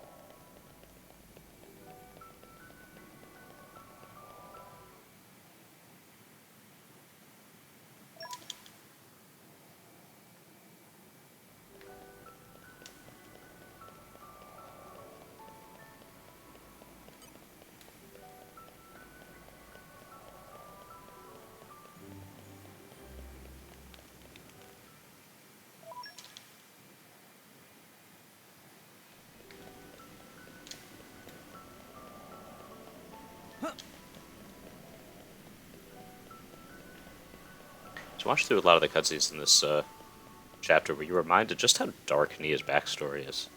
Like, a lot of people tend to overlook that, but, like, Nia had a really tragic backstory. Hey, look what I found. Who cares?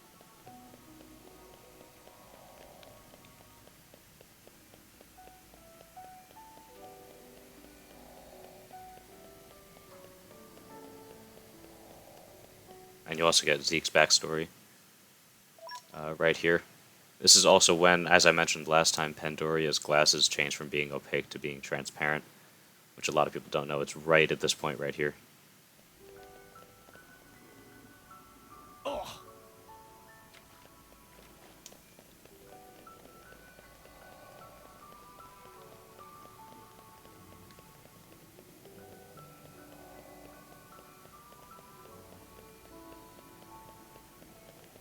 I'd love to not have Harold in my face this whole time, but I don't trust myself to.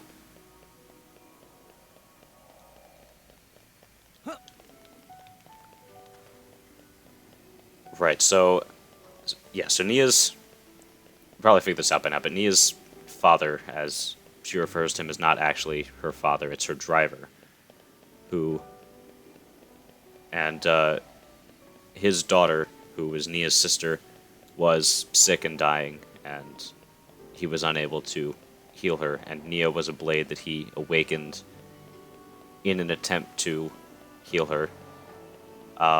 When that failed, he had Nia eat her sister, and in doing so, basically becoming her sister, so that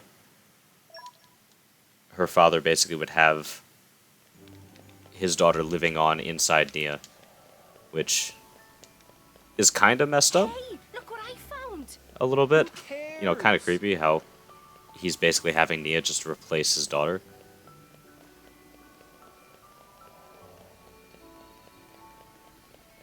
And then, of course, yeah, well, again, it's the term flesh eater. We don't exactly know what the process involves. You know, I don't think it's literally eating them, but we know that it's some kind of inhumane process. We know that the human who's being quote unquote eaten always dies in the process.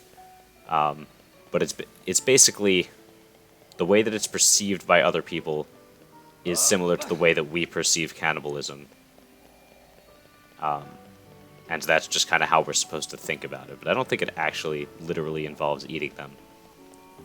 But, yeah, Nia's a flesh eater, and the human that she ate was her quote-unquote sister. Just like how Jin ate Laura.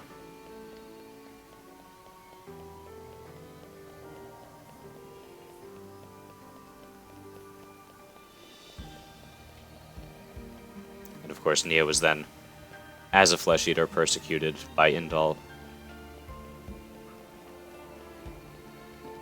She was thrown in a cell and then rescued by Jin, who was more or less recruiting an army of similar people like Akos and Patroka, who were both flesh eaters as well.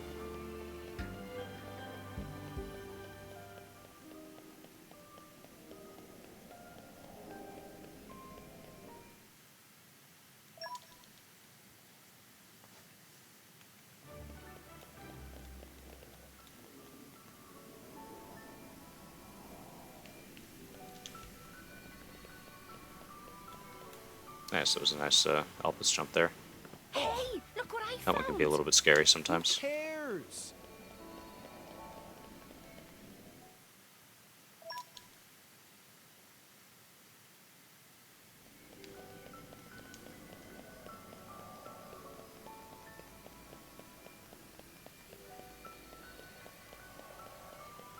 Yeah, we don't quite know what the actual process involves. They never go that much into detail. I mean, we know that Jin literally read a set of instructions on how to do it, but we don't ever actually hear what those are.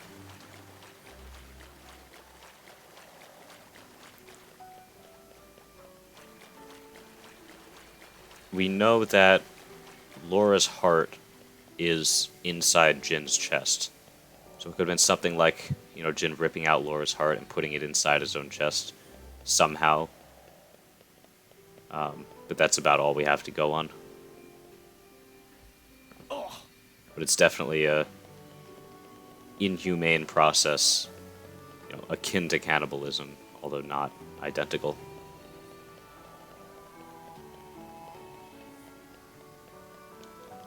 And then as a flesh eater, the blade then first of all becomes mortal. They're able to die, they're able to be wounded. They can continue living even after their driver dies, and they can resonate with any driver or awaken their own blades, which is what Nia did. She awakened Dromark.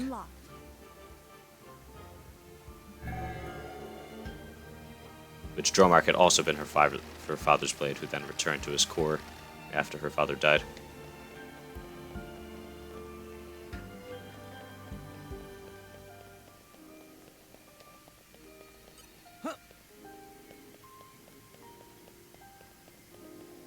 And flesh eaters, even though they are still mortal, they still have a very long lifespan. We see that even after 500 years, Minoth is still alive, although he is very close to dying. And Jin is still alive, but his body is starting to fail him too. There's a couple times during the story where he kind of collapses and he needs to go into his regeneration chamber or whatever it is to treat whatever's going on with his body.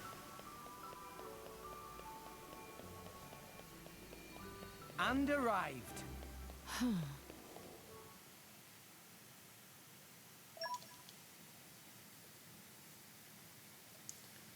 Right, Phantasm's fight, we're going to do exactly the same as before, and just hope we get lucky. So if they all run directly toward me, it'll be easy to kill them all, but if they don't, it might take a little bit longer, and we don't really have any way to manipulate that.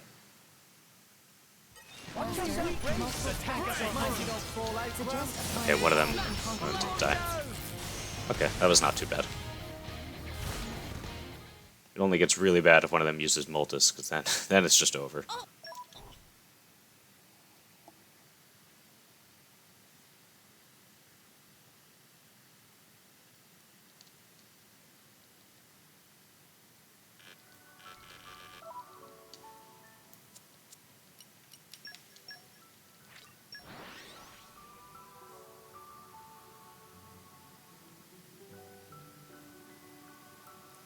Um, I don't know. I guess that could be one way to think about it. One thing that is worth noting is that it seems like the success rate of becoming a flesh eater and like the power that the flesh eater has depends on the bond that they had with the person that they ate.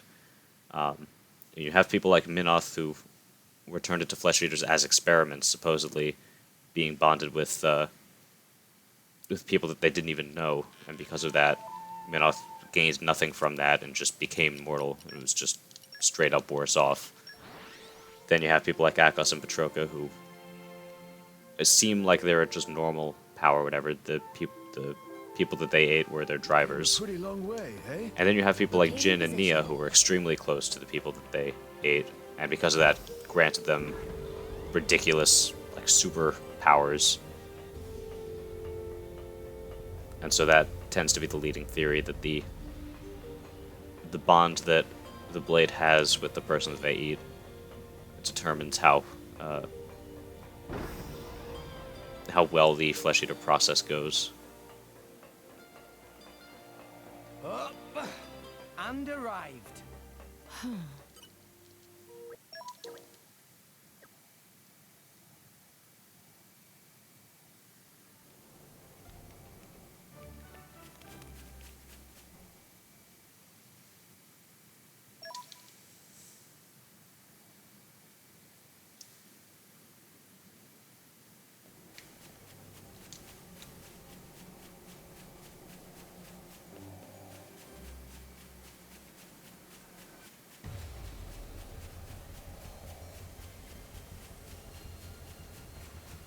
Up.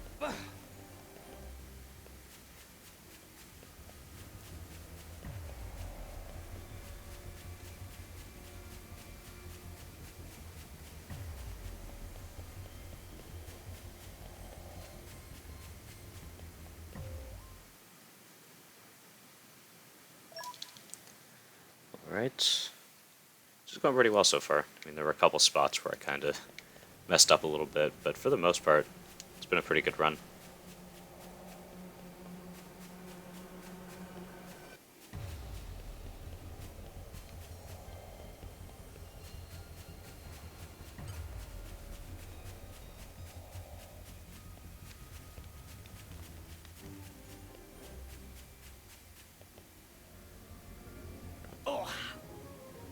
Would you look at that? Yeah, not bad.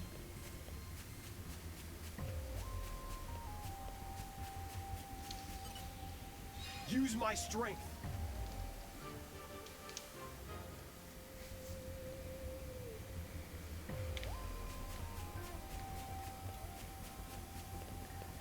This ladder's always really weird. That, oh my god, that thing almost just pushed me right off the edge.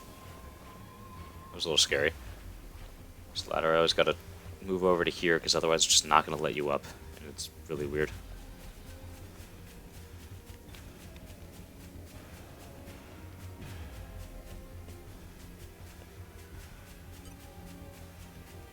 Up. Just say the word.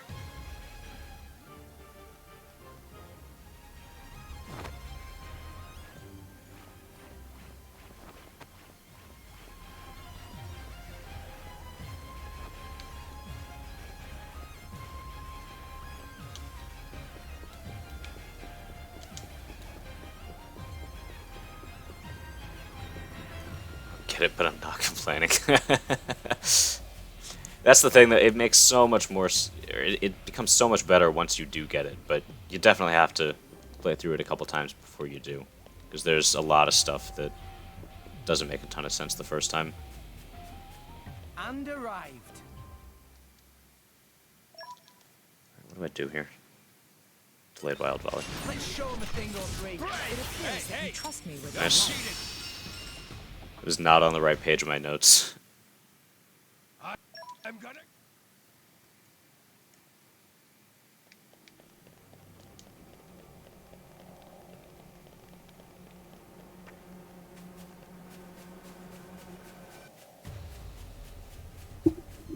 I would definitely say that Xenoblade 1 is a little bit easier to understand everything going on. There's not quite so many mechanics at play. And I think having played Xenoblade 2 beforehand will definitely help in that regard.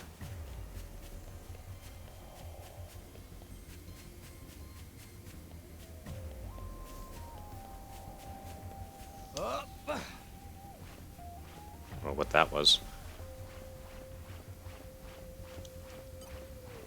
Just say the word.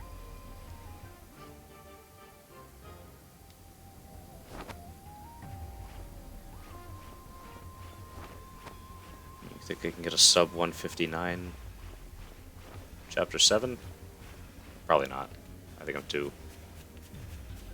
still too far away for that. Would you As long as I get sub 2 hour, that's no problem. Not bad. Oh. And arrived. Oh.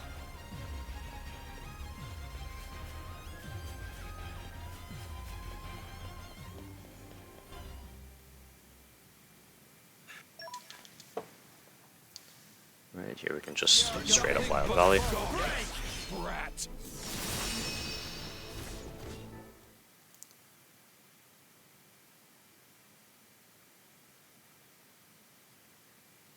So earlier today, I actually accidentally did the glitch where you can take Numa anywhere just while trying to practice this fight. I didn't realize it was so easy. Actually, almost crashed my game doing it, so I kind of don't want to do it again.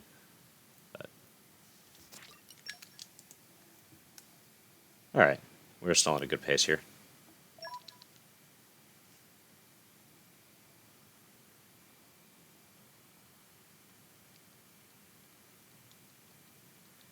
I think this is a long load though, and I'm not sure what to do about it.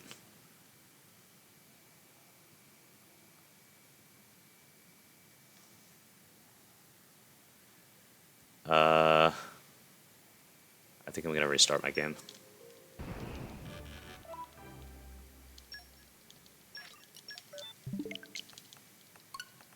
It's gonna lose a little bit of time, but I think it'll save time in the long run. It's kind of unfortunate, because that definitely felt like a longer load than it should have been. And if it wasn't, then I'm kind of stupid. But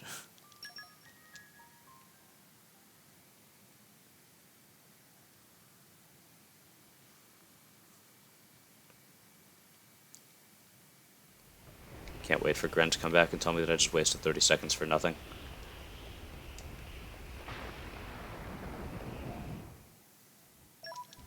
Right, we're going to choose Pyra here, of course.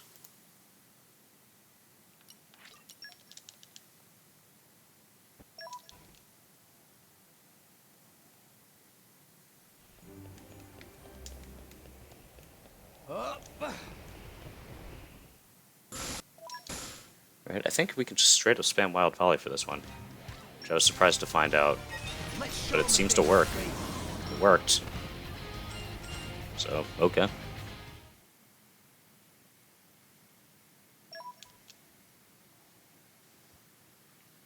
So I don't know why it takes 2 hits in normal, but whatever. And arrived.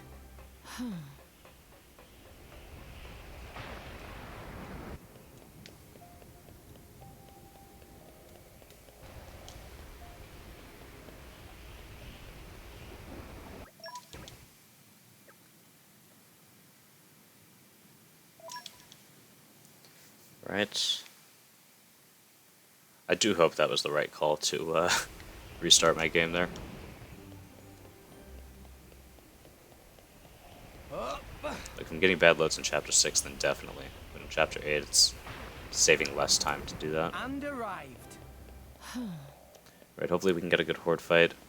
This really just depends on RNG.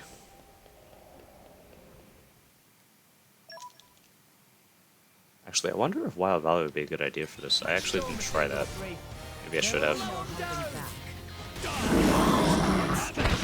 Wild That was good, though. Unless Wild Valley's a better option, that was the best that could have gone.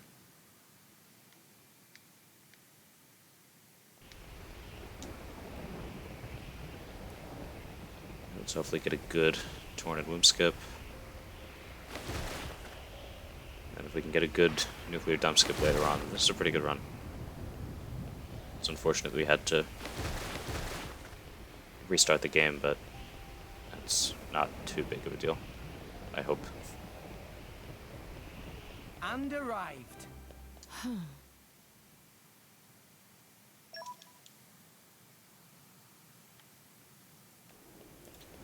Alright, let's see.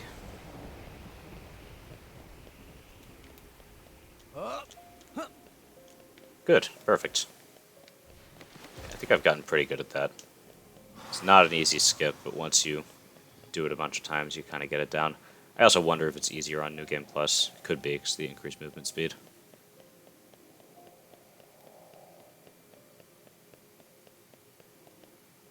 Alright, now the Inferno Goldo. This is going to be kind of ridiculous how little we need to do to be able to kill it.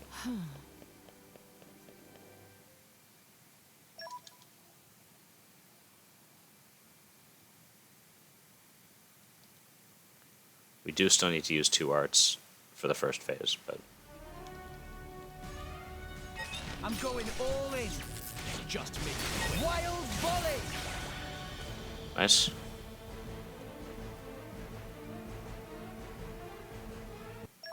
I had actually assumed that killing it before, let me finish this. Turret turn into mushy mush. Yeah, literally just swooshing slash will kill it. What was I going to say? I thought that ending phase 1 before it started using Elemental Absorb would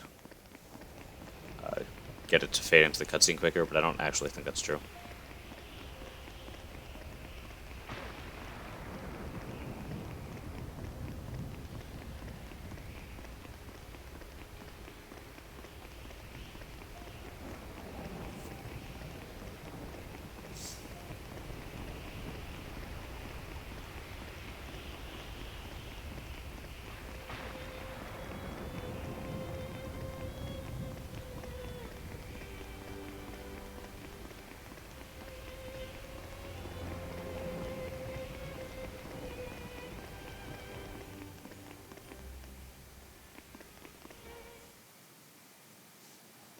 Alright, longer cutscene here.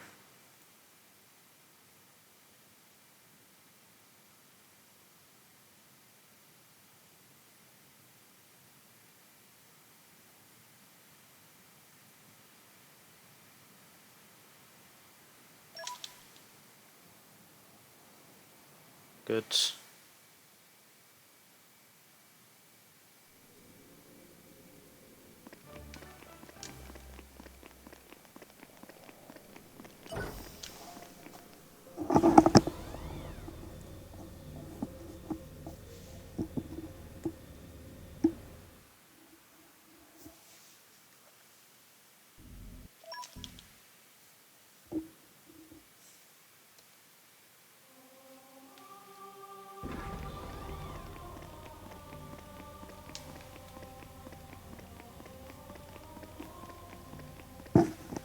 And arrived. Just realized I never actually changed the my notes for the nuclear dump clip to not swap Bridget out.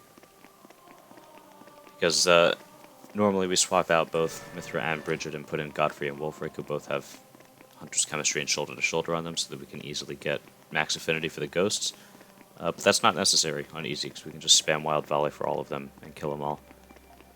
We still have to swap out Mithra, though, to make sure that we get Herald, so... Here we just swap out Mithra and put Wolfric in instead.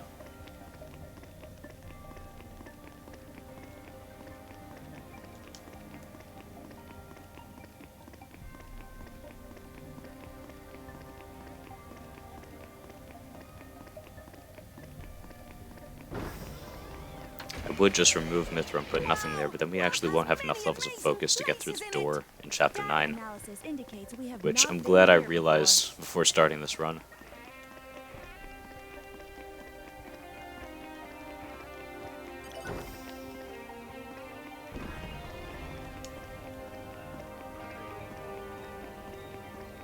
Hey, look what I found!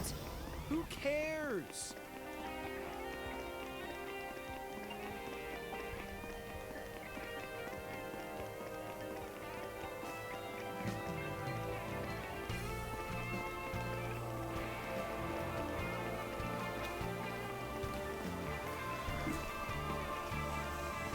This section is fairly simple, not a whole lot to really talk about, just connecting corners. We are coming up on the nuclear dump skip pretty soon, and hopefully that goes well.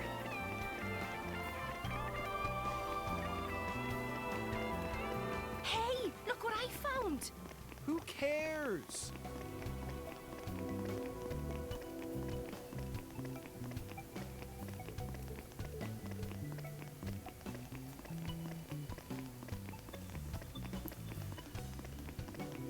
Alright, let's see how this goes.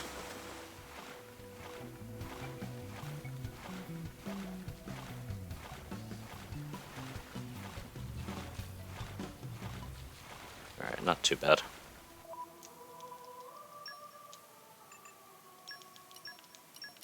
It sounds fun. Nice.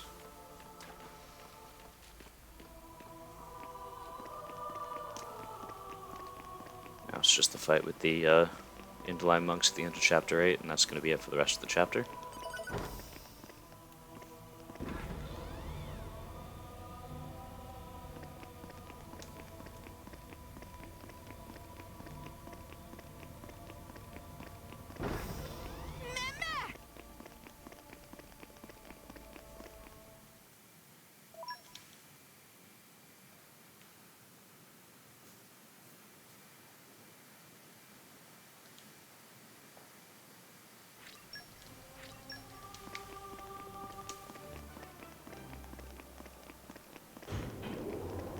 This door here is always a little terrifying the first time you come through here, seeing the giant-ass Geralt robot.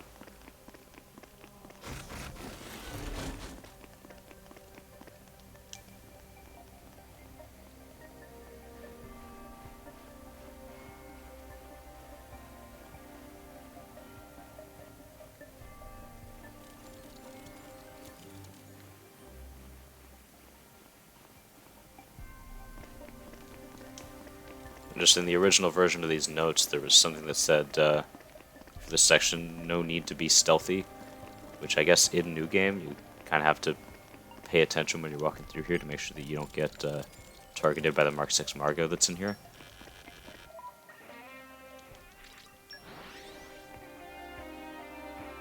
I wouldn't know, I haven't done a New Game run. Let me get my breath.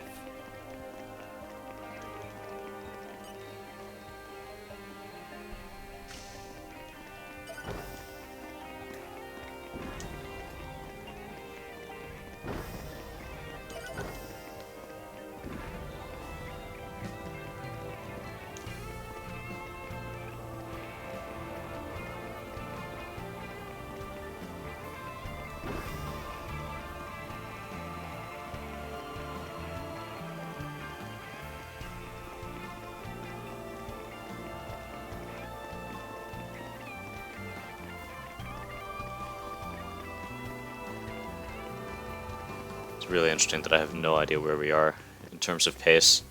I have no idea if I'm doing well or not. I assume I'm doing well. It's been a pretty good run so far.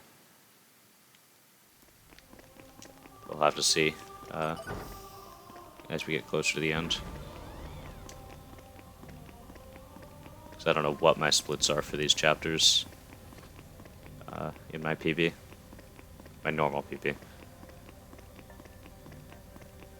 But if we get a really good time here, I probably won't even do another easy run, to be honest. Maybe I'll go back to normal, maybe I'll go straight to Bringer of Chaos, who knows. We need to find lodgings.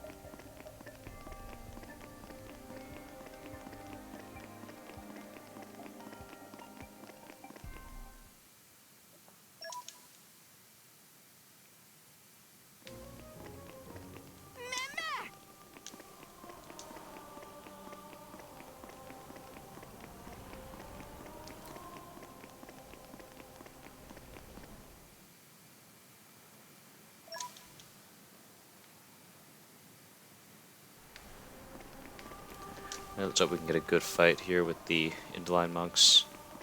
This one can be a little awkward too, but it usually goes just fine. Just gotta pay attention. Another run? I don't think so. It's already almost 11 p.m.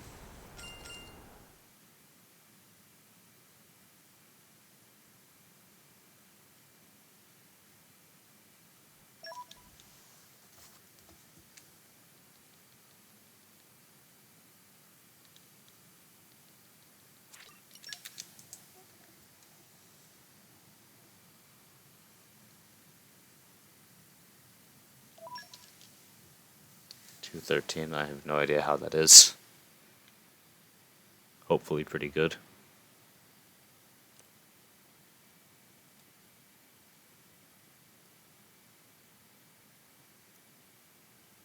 Feels weird to think that there should only be another 15 minutes left in this run, but I'm only just starting chapter 9. 9 and 10 are pretty short though.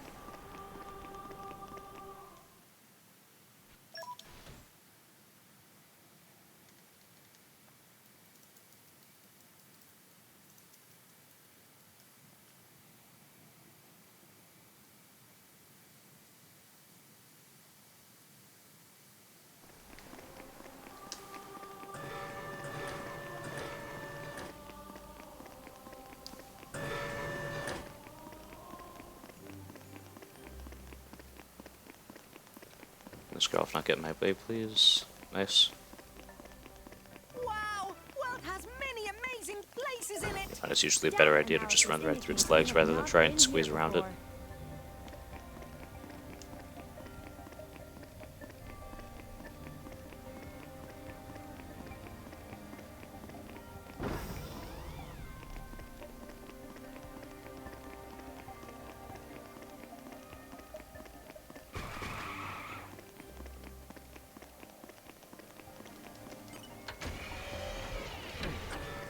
Yes, these door sounds are annoying. No, just a whole lot of running for a little while.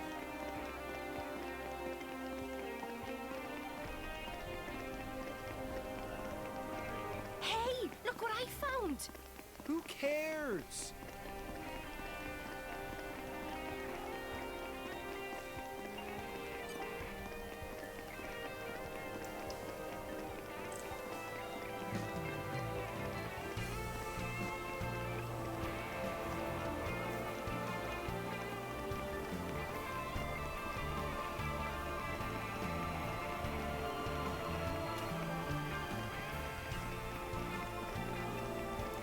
Also, apparently these glyphs that go around the world tree, I think not exactly what I'm looking at, but over by where the tree actually is, there's these words that circle around it, and they're actually Bible verses in Latin, which I think is really interesting. That they would actually go to that effort. Probably even more impressive is the fact that somebody actually managed to decipher it, just from screenshots. I don't know what the actual Bible verses are, I never looked into it, but it's kind of cool.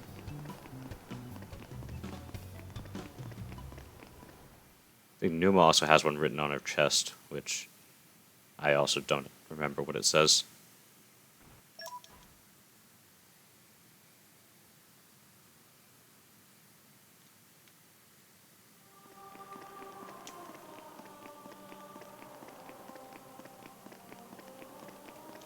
There's also a clip that you can do to get through this door by just jumping through it, which is a bad idea for this run, since it's only faster if you get it like on the very first try, and it's extremely difficult to do. But for the any percent run, they actually do that, because you need something like 5 levels of focus and like 3 levels of electric mastery or something like that to get through that door, which you generally wouldn't have by this point in the game in an any percent run. So they actually have to do the door clip, and it could take multiple minutes to be able to get it sometimes. It's just really inconsistent, really hard to do. I'm thankful that I don't have to do it.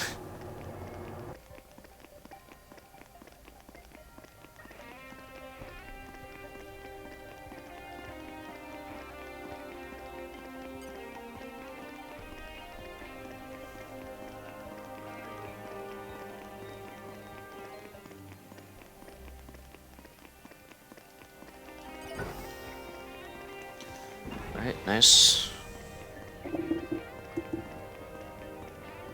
This is a long elevator. So I'm gonna take a second to adjust my headphones again. Hopefully that'll hold for the rest of the run.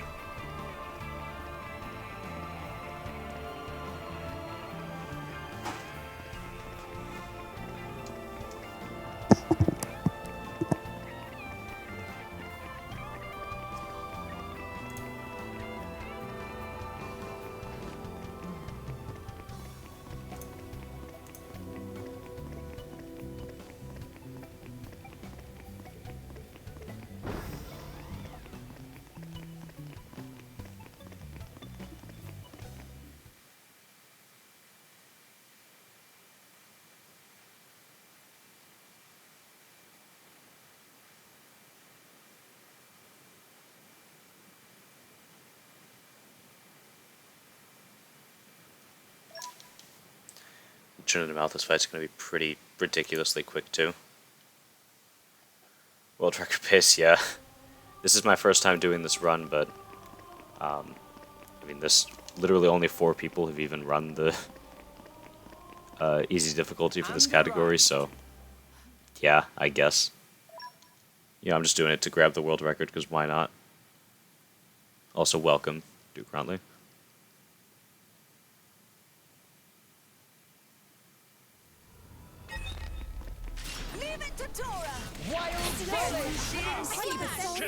Probably could have been slightly faster, but I didn't want to take that risk. I am going to do that for Malthus, though.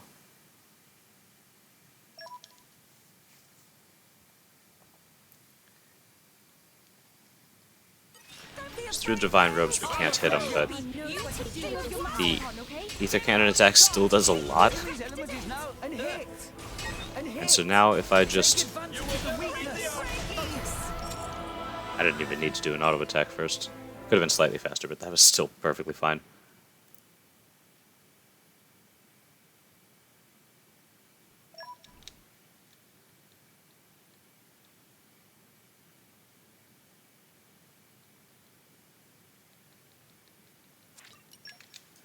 I mean, there are definitely people who are interested in speedrunning. I mean, the people who already speedrun Xenoblade 1 are already looking into ways to speedrun Definitive Edition. People have been analyzing all the trailers that have been come out about it and all that. But yeah, I mean, any JRPG is not going to be a quick speedrun. I don't know about 10 plus hours, though. I mean, I don't know much about the route currently. I know they take advantage of this glitch with Gogol farming, but I'm sure they're going to come up with something else to do. I mean, 10 plus hours sounds a little bit unreasonable. I don't know, though.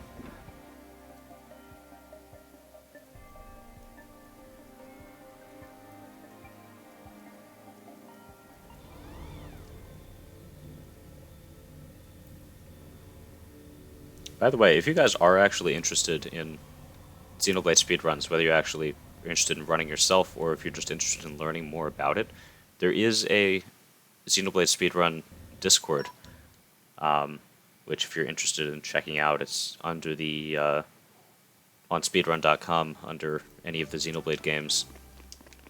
I don't personally have the link on me myself, but if you want to check it out, feel free. You don't actually have to be a runner.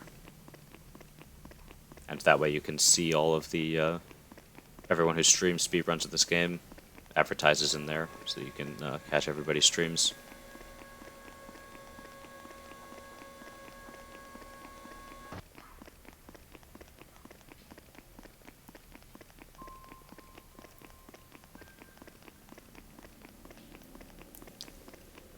Yeah, the big glitch with the grinding. I don't know, I'm sure they're going to find some kind of alternative. But again, I'm not exactly too up to speed on the way that speedrun works. I've never watched a full run. I'm more interested in the runs of Xenoblade 2.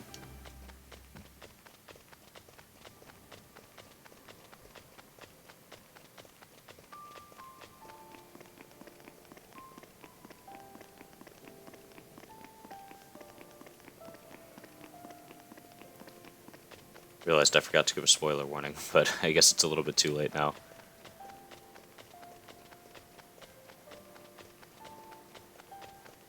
Oh, welcome back, Ren.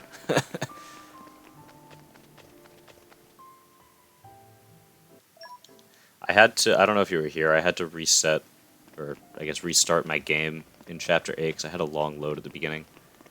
Or at least I think it was a long load, and I wasn't really willing to take that chance. I don't know if that was the right move to make, but...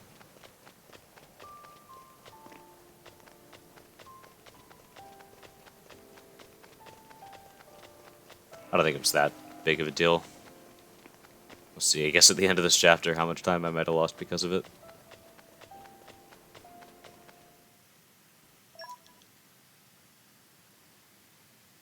I think I'm probably looking at like a 229 right now. I don't think I'm gonna beat my my normal mode time, but still. I dealt on the chapter net to normal mode? Sure, why not?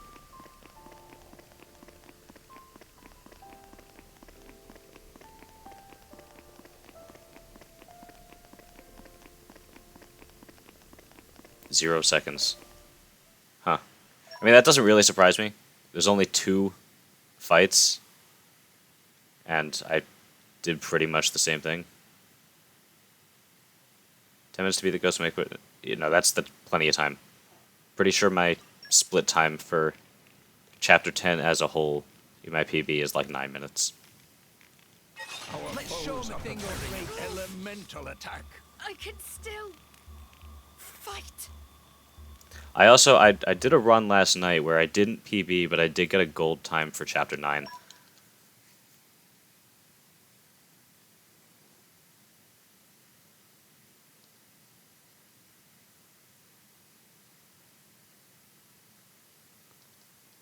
Oh, absolutely.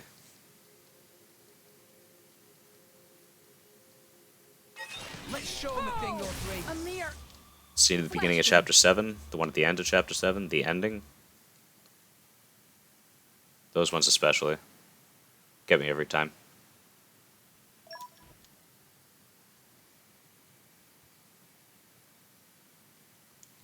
$33 behind just the run as a whole.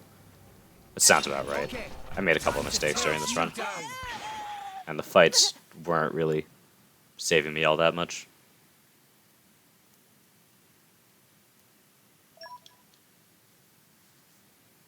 I'm thinking it's going to end up being a 229, which I'm fine with.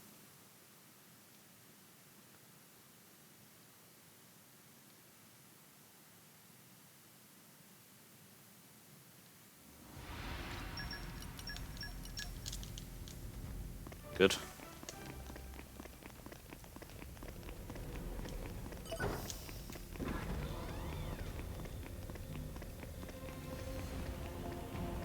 Yeah, just 4 minutes, you know. No biggie. What did I prove right? Wow! World has many amazing...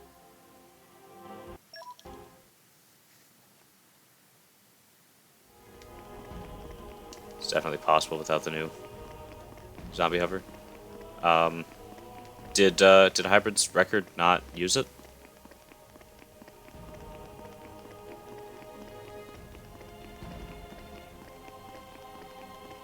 Oh, the original skip.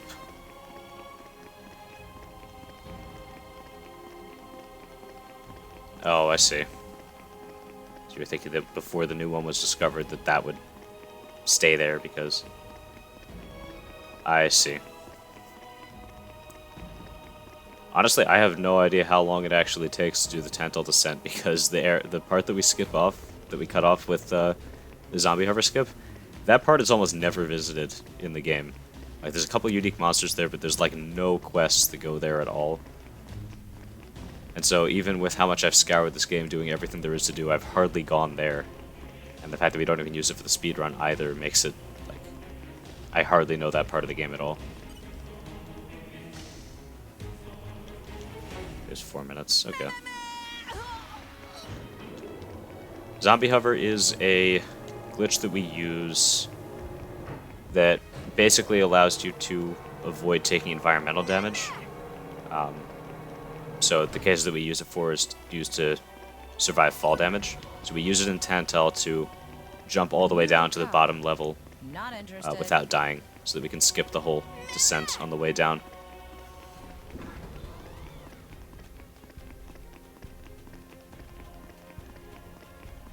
Actually, no, this looks like it'll still be a 228 something.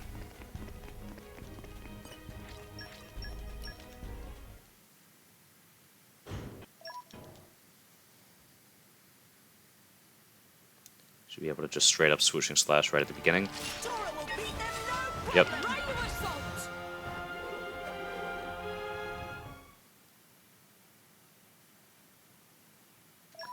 I just gotta hope that we get a crit for phase 2. I don't know if it's faster to do speedy sword or swooshing slash, but... Oh no, I didn't want to do that. Did not want to draw my weapon. I'll show you the I lost a little bit of time, I don't like that. Whoops! Yeah, 1 hit. Oh, I forgot to stop the timer. I'm a mess right now. That might need to be retimed slightly.